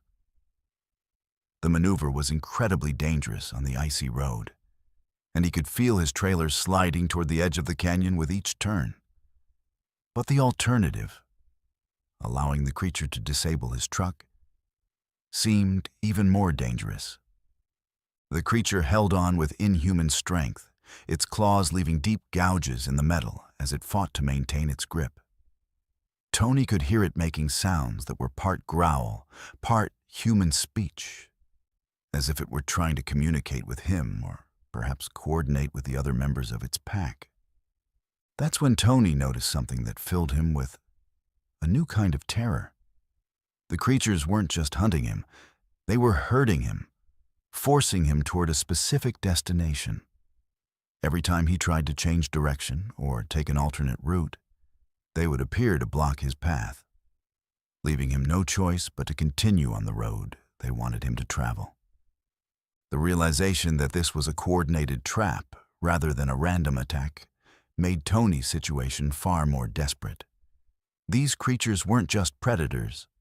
They were intelligent, organized, and experienced in hunting vehicles on these mountain roads. They knew the terrain, they knew the weather patterns, and they knew exactly how to isolate and capture their prey. Tony pushed his truck to its absolute limits, the engine temperature gauge climbing dangerously high as he demanded more power than the machine was designed to deliver. The creature on his trailer was joined by another, and he could feel the additional weight affecting his truck's handling. The steering became sluggish, and the brakes felt spongy, as if the creature's presence was somehow interfering with his truck's mechanical systems. The pack began to close in, with creatures running alongside both sides of his truck and more visible in the forest ahead. They moved with perfect coordination, like a military unit executing a well-rehearsed operation. Tony realized that he was being driven toward an ambush point, a location where the creatures had prepared additional traps or obstacles. Just as Tony thought his situation couldn't get any worse, he crested a hill and saw what the creatures had been herding him toward. The highway ahead was blocked by a massive tree that had been deliberately felled across both lanes, its trunk positioned at the perfect height to stop a truck without completely destroying it. The creatures had been planning this trap, possibly for days or weeks, waiting for the right victim to come along. Tony had seconds to make a decision that would determine whether he lived or died. He could try to stop before hitting the tree, but that would leave him trapped and helpless while the creatures closed in. He could try to ram through the obstacle, but his truck probably wasn't powerful enough to move a tree of that size, and the impact would likely disable his vehicle. Instead, Tony chose a third option that was so dangerous it bordered on suicidal. He aimed his truck at the guardrail on the right side of the highway, hoping to break through and escape down the mountainside. It was a desperate gamble that would probably kill him, but it was better than being captured alive by whatever was hunting him. The impact with the guardrail was tremendous, sending shock waves through the entire truck and throwing Tony against his door with bone-jarring force. The metal barrier held for a moment, then gave way with a screech of twisted steel. Tony's truck plunged over the edge of the canyon, the trailer jackknifing as it followed the cab into the abyss. For several terrifying seconds, Tony was in free fall, his truck tumbling through space while he fought to maintain consciousness. The world spun around him in a kaleidoscope of snow, trees, and stars, and he was certain that he was about to die in the most violent way possible. But luck was with him that night. His truck crashed into a grove of pine trees about 30 feet below the highway, the branches and trunks absorbing much of the impact and preventing the vehicle from continuing its fall into the deeper parts of the canyon. Tony was thrown around the cab like a rag doll, but his seatbelt and the truck's safety features kept him from being killed outright. When the world finally stopped spinning, Tony found himself hanging upside down in his cab, blood trickling from a cut on his forehead and his entire body aching from the impact. His truck was wedged between several large trees, the cab tilted at a crazy angle but still intact. The engine had died in the crash, but the electrical system was still functioning, providing him with lights and heat. Tony managed to unbuckle his seatbelt and right himself, then began assessing his situation. His truck was totaled, his cargo was scattered across the mountainside, and he was stranded in a blizzard with no way to call for help. But he was alive, and for the moment, that was enough. Above him, Tony could hear the creatures moving along the edge of the canyon, their calls echoing through the forest as they searched for a way to reach him. They were persistent, but the terrain worked in his favor. The steep slope and dense trees made it difficult for them to descend to his location. Tony spent the rest of the night huddled in his cab, using his emergency supplies to stay warm while he waited for dawn. The creatures continued their vigil above, but as the hours passed, their calls became less frequent and more distant. By the time the sun rose over the Idaho mountains, they had disappeared entirely, leaving only tracks in the snow as evidence of their existence. Rescue came 12 hours later when a search helicopter spotted the wreckage of Tony's truck. The official report blamed the accident on weather conditions and driver fatigue, and no mention was made of the creatures that had forced him off the road. Tony's account of the attack was dismissed as a hallucination brought on by trauma and hypothermia. But Tony knew what he had experienced, and he carried that knowledge with him when he eventually returned to trucking. He never drove the Idaho mountain roads again, choosing instead to take longer routes that kept him on busier highways with more traffic and better communication coverage. The creatures were still out there, still hunting, still using the isolation of America's remote highways to trap unsuspecting drivers. They were intelligent, organized, and patient, capable of planning complex operations that could take weeks to execute. Most importantly, they understood human psychology well enough to exploit our predictable responses to danger. Tony started sharing his story with other truckers, warning them about the dangers of driving alone through remote wilderness areas, especially during severe weather when help was far away. Some listened, but most dismissed his warnings as the ravings of a man who'd spent too much time on the road.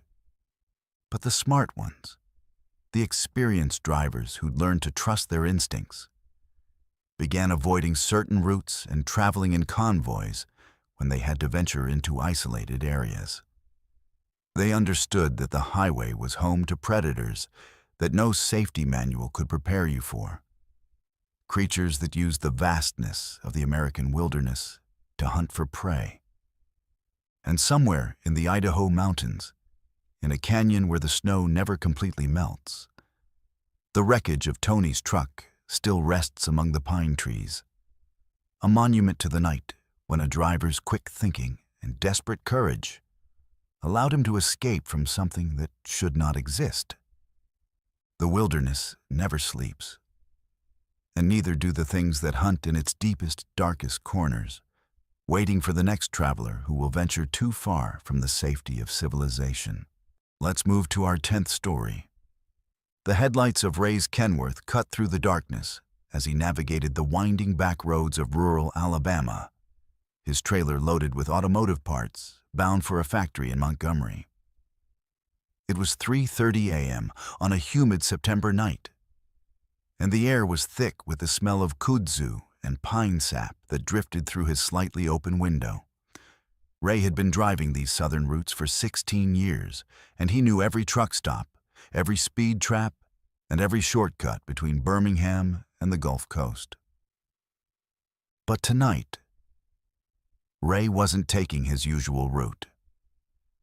A massive pileup on I-65 had closed the interstate for hours, forcing him and dozens of other truckers onto the secondary highways that snaked through Alabama's rural heartland. The GPS on his dashboard showed a maze of county roads and state highways that would add 3 hours to his trip. But it was better than sitting in traffic until dawn. The detour had taken Ray through some of the most isolated parts of the state, past abandoned farmhouses and overgrown cotton fields that hadn't been worked in decades. The small towns he'd passed through were dark and silent, their main streets lined with boarded-up storefronts and rusted gas station signs that advertised prices from another era. It was the kind of landscape that time had forgotten, where cell phone towers were rare and the nearest help might be 50 miles away. Ray was about 20 miles outside of a town called Millerville when he saw the flashing lights ahead. At first, he thought it might be a police roadblock or an accident scene. But as he got closer, he realized it was an ambulance parked on the shoulder of the highway. The emergency vehicle's red and white strobes painted the surrounding trees in alternating colors, creating a surreal light show in the darkness.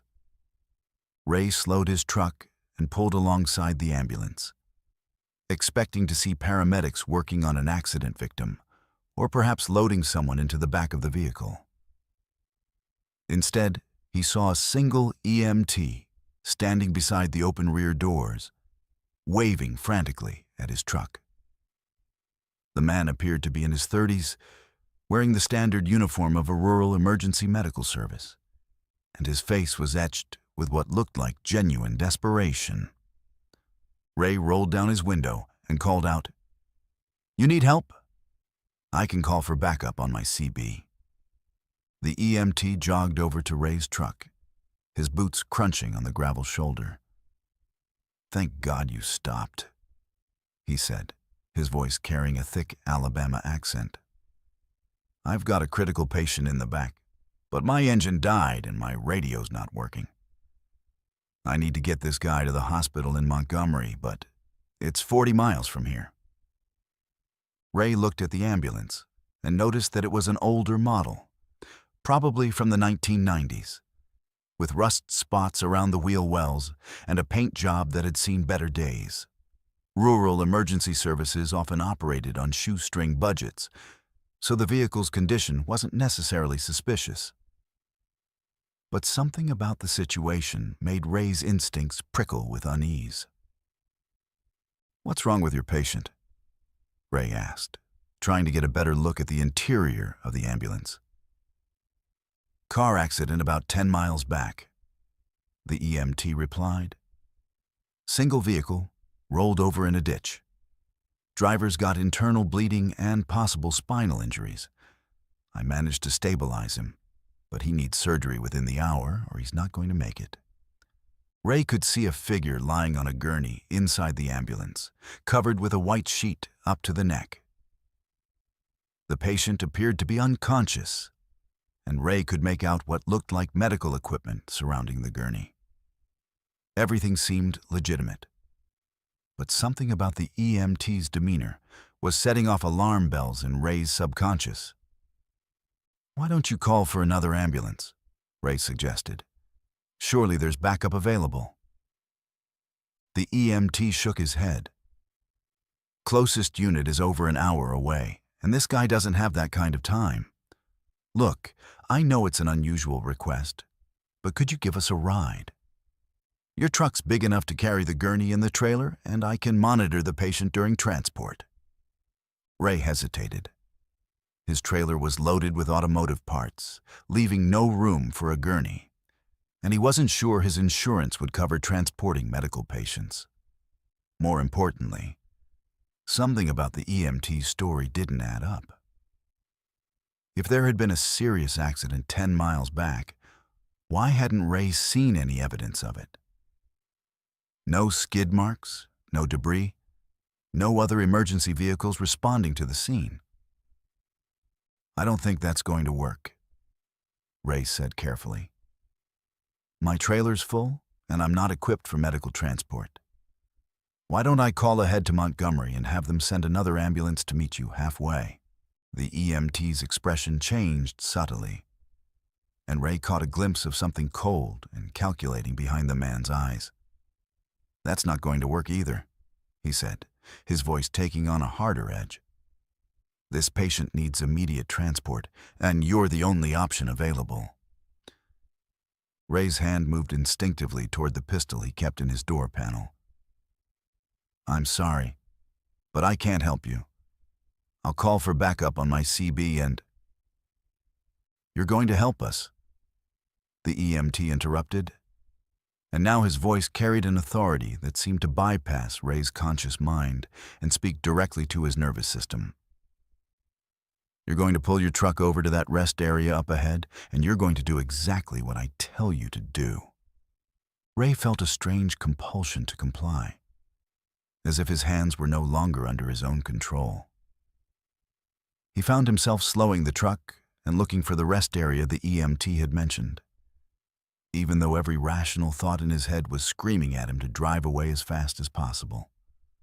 The rest area turned out to be nothing more than a dirt pull-off with a few picnic tables and an outhouse that looked like it hadn't been maintained in years. Ray pulled his truck into the small lot, his movements feeling mechanical and disconnected from his will. The EMT followed in the ambulance, parking close enough to Ray's truck that escape would be difficult. As soon as Ray shut off his engine, the compulsion broke, and he regained control of his actions.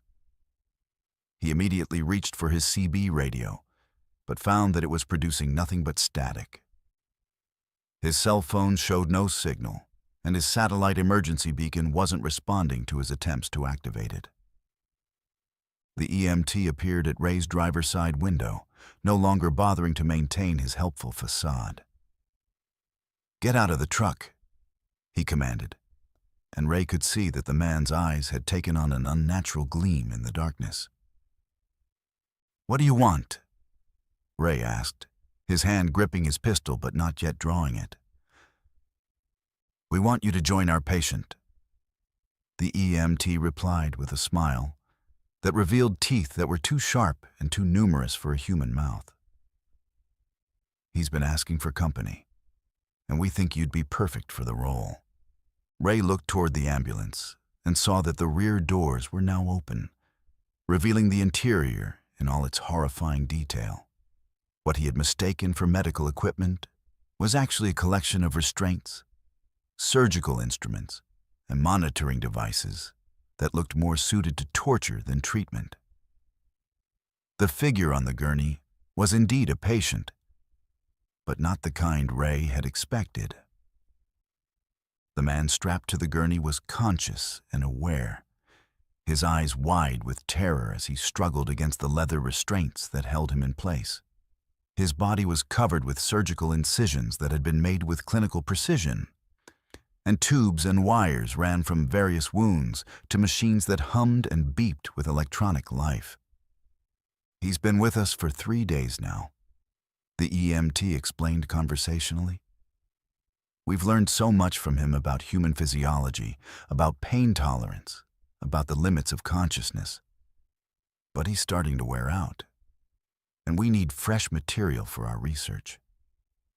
Ray drew his pistol and pointed it at the EMT, but the man didn't seem concerned by the weapon. "Research into what?" Ray demanded. "The intersection of medicine and suffering," the EMT replied. "We're exploring the boundaries between life and death, between healing and harm. It's fascinating work, really. Most people don't appreciate the artistry involved in keeping someone alive while systematically dismantling their body." More figures emerged from the ambulance, all wearing medical uniforms, but moving with a coordination that suggested they weren't entirely human. They carried instruments that looked like a cross between surgical tools and medieval torture devices, and their faces held expressions of clinical detachment that were somehow more terrifying than outright malice. Ray realized that he had stumbled into the territory of something that used the cover of emergency medical services to hunt for victims. The ambulance was their mobile laboratory, allowing them to conduct their experiments while moving from location to location to avoid detection. "You're not EMTs," Ray said, backing toward his truck while keeping his weapon trained on the group. "Oh, but we are," the leader replied. "We're just not the kind that saves lives. We're the kind that studies them, that explores the full range of human experience from birth to death and everything in between." Ray climbed back into his truck and tried to start the engine, but nothing happened when he turned the key. The electrical system was completely dead, as if something had drained all power from his vehicle. Through his windshield, he could see the fake EMTs approaching with their instruments, moving with the patient confidence of predators who had done this many times before. In desperation, Ray kicked out his passenger window and climbed through the opening, dropping to the ground on the far side of his truck. He could hear the creatures moving around the vehicle, searching for him with the methodical efficiency of experienced hunters. Ray ran toward the tree line, hoping to lose himself in the Alabama woods until dawn brought the possibility of rescue. Behind him, he could hear the fake EMTs coordinating their search, their voices carrying an inhuman quality that suggested they weren't using normal vocal cords to communicate. The forest was dense and dark, filled with the sounds of nocturnal creatures that seemed to fall silent as Ray crashed through the underbrush. He could hear his pursuers following, moving through the trees with a grace that suggested they were more at home in the wilderness than on the highways. Ray ran for what felt like hours, his lungs burning and his legs aching from the unaccustomed exercise. Every shadow could hide one of the creatures. Every sound could signal their approach. He had no idea where he was going or how he would get back to civilization. But staying ahead of his pursuers was his only chance of survival.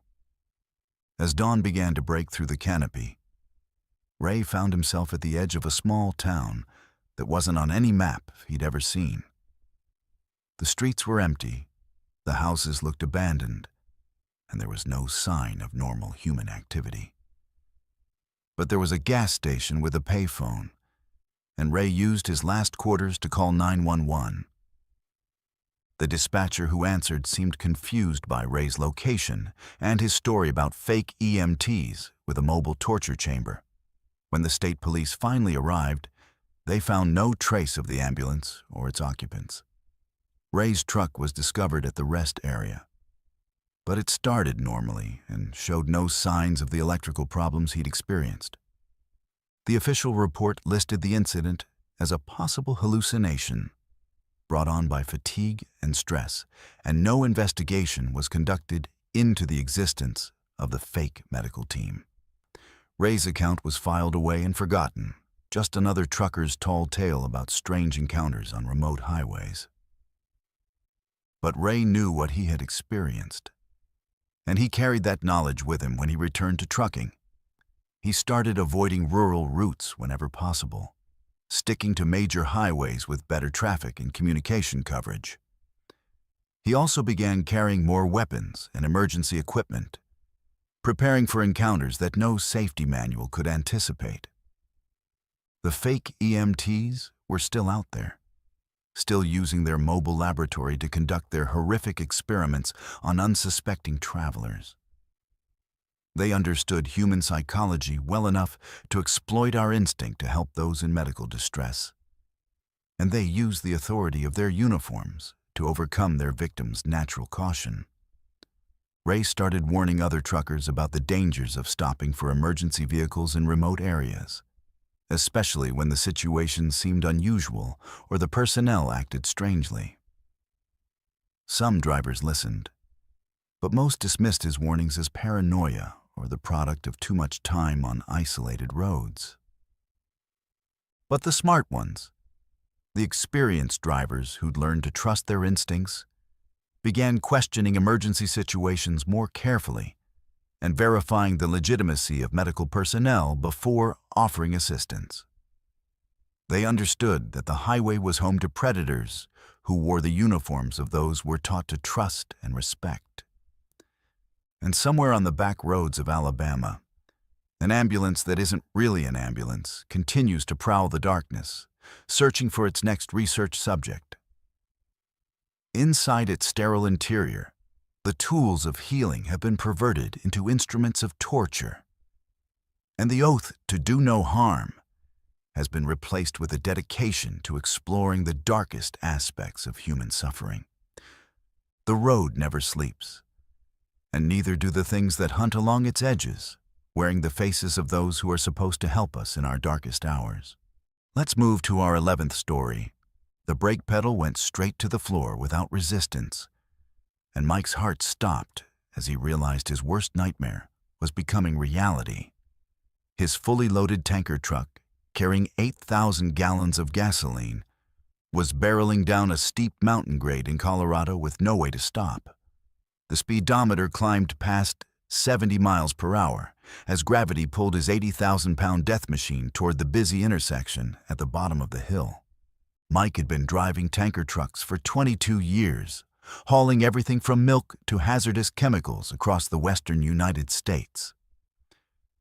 He understood better than most people the devastating potential of his cargo.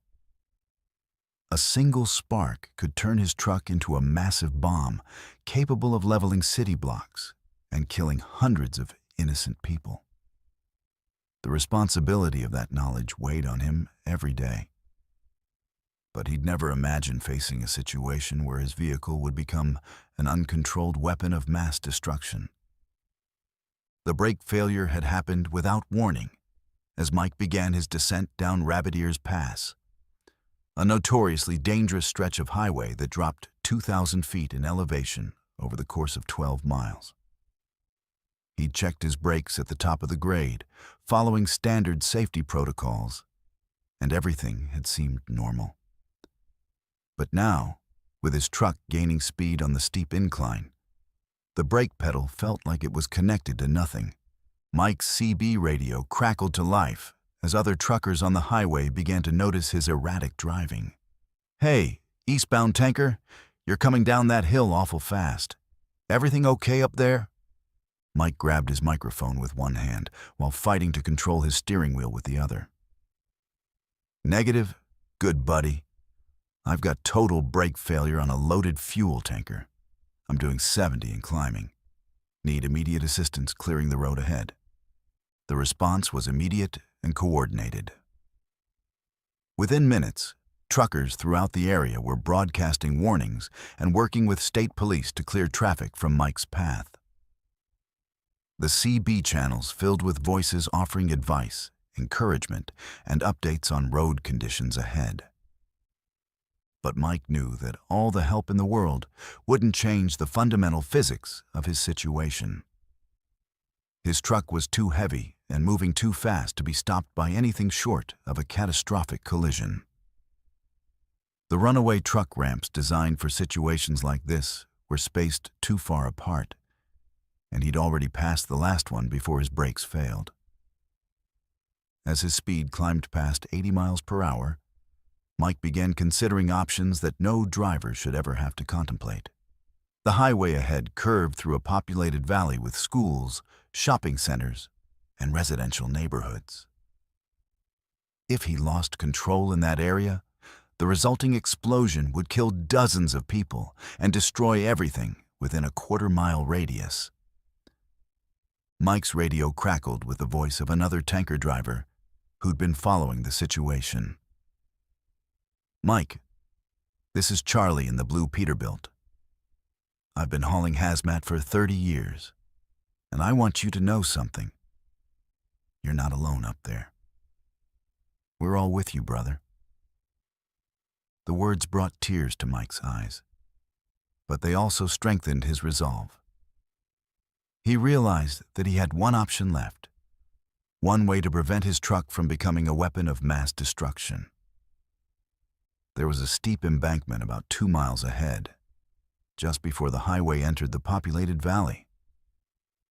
If he could steer his truck off the road at that point, he might be able to crash in an unpopulated area where the explosion would harm no one but himself. "Charlie, I need you to call my wife," Mike said into his radio, his voice steady despite the terror he felt. "Tell her I love her, and tell my kids their daddy was thinking about them at the end." "Don't talk like that, Mike," Charlie replied. "We're going to figure this out. There's got to be another way." But Mike had already made his decision. He could see the embankment ahead, a steep slope that dropped into a rocky canyon, far from any buildings or people. It was his only chance to prevent a disaster that would haunt the survivors for the rest of their lives. As Mike approached the chosen spot, he said a final prayer and yanked his steering wheel hard to the right. His truck left the highway at nearly 90 miles per hour, sailing through the air for a brief moment before crashing into the rocky slope with tremendous force. The explosion was visible for miles, a massive fireball that rose hundreds of feet into the Colorado sky. The blast was so powerful that it registered on seismographs at the Colorado School of Mines, and the smoke plume could be seen from Denver, 60 miles away. But Mike's sacrifice had worked. The explosion occurred in an uninhabited canyon, far from any people or structures. Emergency responders found a crater 50 feet wide and 20 feet deep, but no other damage beyond the destroyed vegetation on the surrounding hillsides. Charlie and the other truckers who had been following the situation pulled over at the nearest truck stop. many of them too shaken to continue driving. They held an impromptu memorial service for Mike, sharing stories about his professionalism, his dedication to safety, and his ultimate sacrifice to protect innocent lives. The official investigation revealed that Mike's brake failure had been caused by a manufacturing defect in the brake line fittings, a problem that affected hundreds of trucks nationwide. The resulting recall prevented similar incidents, but it came too late to save Mike's life. Mike's story became legend among professional drivers, a reminder of the incredible responsibility that comes with hauling dangerous cargo and the heroism that ordinary people are capable of when faced with impossible choices. Trucking companies began using his example in safety training programs, teaching new drivers about the importance of equipment maintenance and the courage required to make the ultimate sacrifice. At the truck stop where Charlie and the other drivers had held their memorial, a small plaque was installed near the fuel pumps. It read simply, "In memory of Mike Thompson, who chose to save others rather than himself. The road is safer because of drivers like him." Mike's widow received letters from hundreds of people whose lives had been saved by her husband's decision. Parents whose children attended the school in the valley below. Shoppers who had been in the stores along his intended route. Families who lived in the neighborhoods that would have been destroyed by the explosion. The canyon where Mike crashed became an unofficial shrine for truckers. A place where drivers would stop to pay their respects and remember the man who had given everything to protect people he'd never met. Wildflowers now grow in the crater where his truck exploded, a natural memorial to a hero who made the hardest choice imaginable. Mike's story reminds us that heroism isn't always about dramatic rescues or battlefield courage. Sometimes it's about ordinary people making extraordinary sacrifices when faced with situations that test the very core of their character. Mike Thompson could have tried to save himself, could have hoped for a miracle that would allow him to survive. Instead, he chose to ensure that others would live, even though it meant his own death. The highway never forgets its heroes, and neither do the people whose lives they save. Mike's sacrifice echoes through every safety protocol, every brake inspection, and every moment when a driver chooses the welfare of others over their own survival. In the end, the most disturbing part of Mike's story isn't the mechanical failure or the explosive ending. It's the realization that there are people among us who possess the moral courage to make the ultimate sacrifice for strangers. And we rarely know who they are until the moment when their true character is revealed.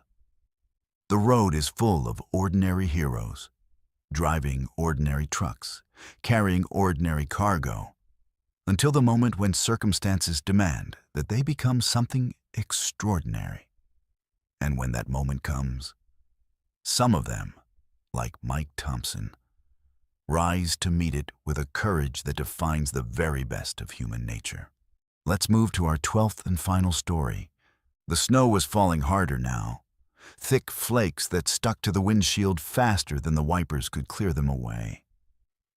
David gripped the steering wheel of his freight liner as he navigated the treacherous mountain roads leading down from the Coeur d'Alene area. His trailer loaded with freshly cut timber, bound for a mill in Spokane. It was 11:30 p.m. on a bitter February night, and the temperature had dropped to 15 below zero, the kind of cold that could kill a man in minutes if his truck broke down in the wrong place.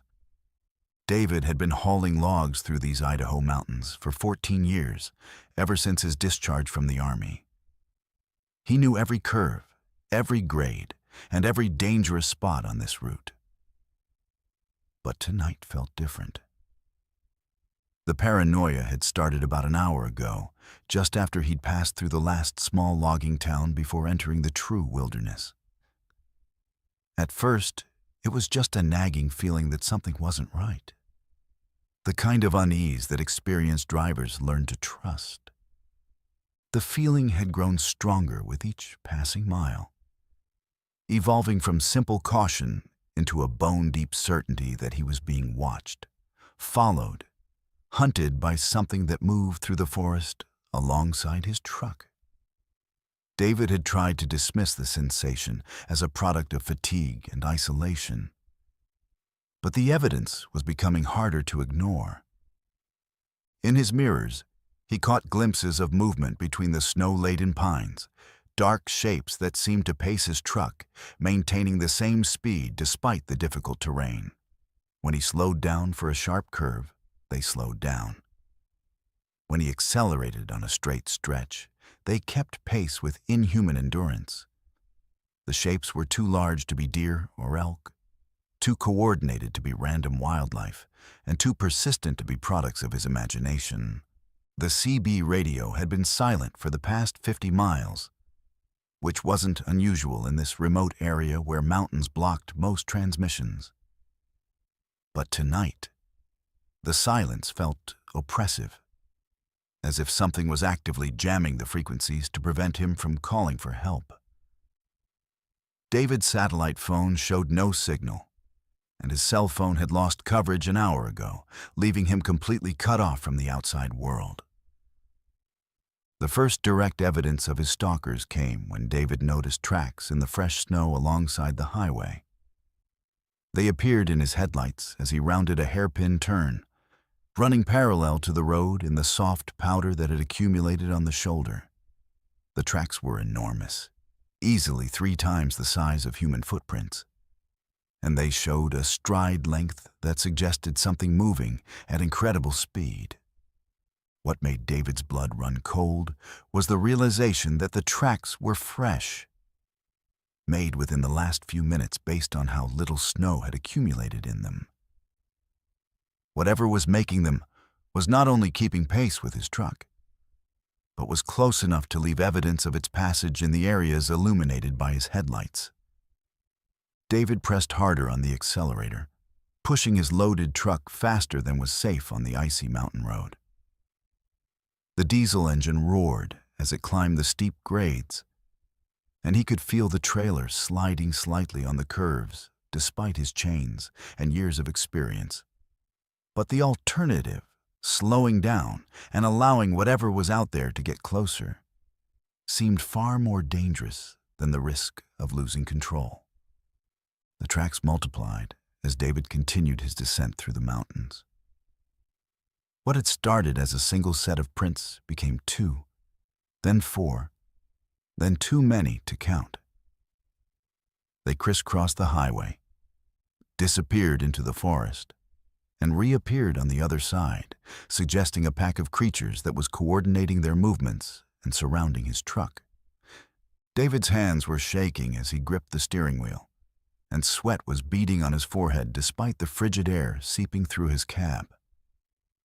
He'd heard stories from other drivers about encounters with strange creatures in remote areas, but he'd always dismissed them as tall tales or the products of too much caffeine and too little sleep. Now, faced with evidence that something was actively stalking him through the Idaho wilderness, those stories seemed far more credible. The attack came without warning as David navigated a particularly treacherous section of road that wound along the edge of a deep ravine. Something massive struck the passenger side of his cab with tremendous force, rocking the entire truck and spiderwebbing the window. David fought to maintain control as his truck skidded toward the guardrail, the trailer jackknifing slightly before he managed to straighten it out. In the brief moment when whatever had attacked him was visible in his peripheral vision, David caught a glimpse of something that defied description. It was roughly humanoid in shape, but covered in thick, dark fur that glistened with ice crystals. Its limbs were disproportionately long and muscular, and its face combined human and animal features in a way that suggested intelligence behind the predatory instincts. The creature landed in the snow beside the road and immediately began running alongside David's truck, its powerful legs carrying it effortlessly through the deep powder. It moved with a fluid grace that was both beautiful and terrifying, covering ground with bounds that would have been impossible for any normal animal. More creatures emerged from the forest, appearing on both sides of the highway, like ghosts materializing from the swirling snow. They ran in formation, communicating with each other through howls and calls that echoed off the canyon walls and seemed to come from everywhere at once. David counted at least 8 of them, all moving with the same supernatural speed and coordination. One of the creatures leapt onto David's trailer, its claws finding purchase on the metal surface despite the ice and snow. David could hear it moving across the logs, its weight causing the chain securing his cargo to groan and strain. The sound of claws scraping against bark and metal was audible, even over the roar of his diesel engine and the howling of the wind. David reached for his CB radio and began broadcasting on the emergency channel, hoping that someone, somewhere, might pick up his transmission. "Mayday, Mayday, this is southbound on Highway 95, mile marker unknown. I'm under attack by unknown hostiles. Request immediate assistance from any law enforcement in the area." The radio crackled with static, but no response came through. David was completely alone with whatever was happening outside his truck, cut off from help by the mountains and the storm. The creature on his trailer began working its way forward, moving with the confidence of something that had done this before. David could see its shadow in his mirrors as it approached the cab, and he realized with growing horror that it was trying to reach his fuel tanks. If it managed to puncture them, he would be stranded in the wilderness with no heat, no power, and no way to escape. In desperation, David began swerving back and forth across the highway, trying to shake the creature loose. The maneuver was incredibly dangerous on the icy road, and he could feel his trailer sliding toward the edge of the ravine with each turn. But the alternative, allowing the creature to disable his truck, seemed even more dangerous. The creature held on with inhuman strength, its claws leaving deep gouges in the metal as it fought to maintain its grip. David could hear it making sounds that were part growl, part human speech, as if it were trying to communicate with him or perhaps coordinate with the other members of its pack. That's when David noticed something that filled him with a new kind of terror. The creatures weren't just hunting him randomly. They were herding him, forcing him toward a specific destination. Every time he tried to change direction or take an alternate route, they would appear to block his path, leaving him no choice but to continue on the road they wanted him to travel. The realization that this was a coordinated trap rather than a random attack made David's situation far more desperate. These creatures weren't just predators. They were intelligent, organized, and experienced in hunting vehicles on these mountain roads. They knew the terrain, they knew the weather patterns, and they knew exactly how to isolate and capture their prey. David pushed his truck to its absolute limits, the engine temperature gauge climbing dangerously high as he demanded more power than the machine was designed to deliver. The creature on his trailer was joined by another, and he could feel the additional weight affecting his truck's handling. The steering became sluggish, and the brakes felt spongy, as if the creature's presence was somehow interfering with his truck's mechanical systems. The pack began to close in, with creatures running alongside both sides of his truck and more visible in the forest ahead. They moved with perfect coordination, like a military unit executing a well-rehearsed operation.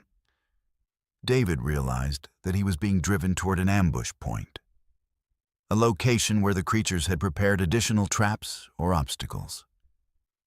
Just as David thought his situation couldn't get any worse, he crested a hill and saw what the creatures had been herding him toward. The highway ahead was blocked by a massive fallen tree that had been deliberately positioned across both lanes, its trunk placed at the perfect height to stop a truck without completely destroying it. The creatures had been planning this trap, possibly for days or weeks, waiting for the right victim to come along.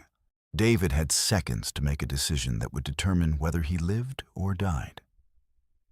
He could try to stop before hitting the tree, but that would leave him trapped and helpless while the creatures closed in. He could try to ram through the obstacle, but his truck probably wasn't powerful enough to move a tree of that size, and the impact would likely disable his vehicle. Instead, David made a split-second decision that most would never even consider. He veered toward a narrow opening in the guardrail where an old, overgrown logging road disappeared into the forest.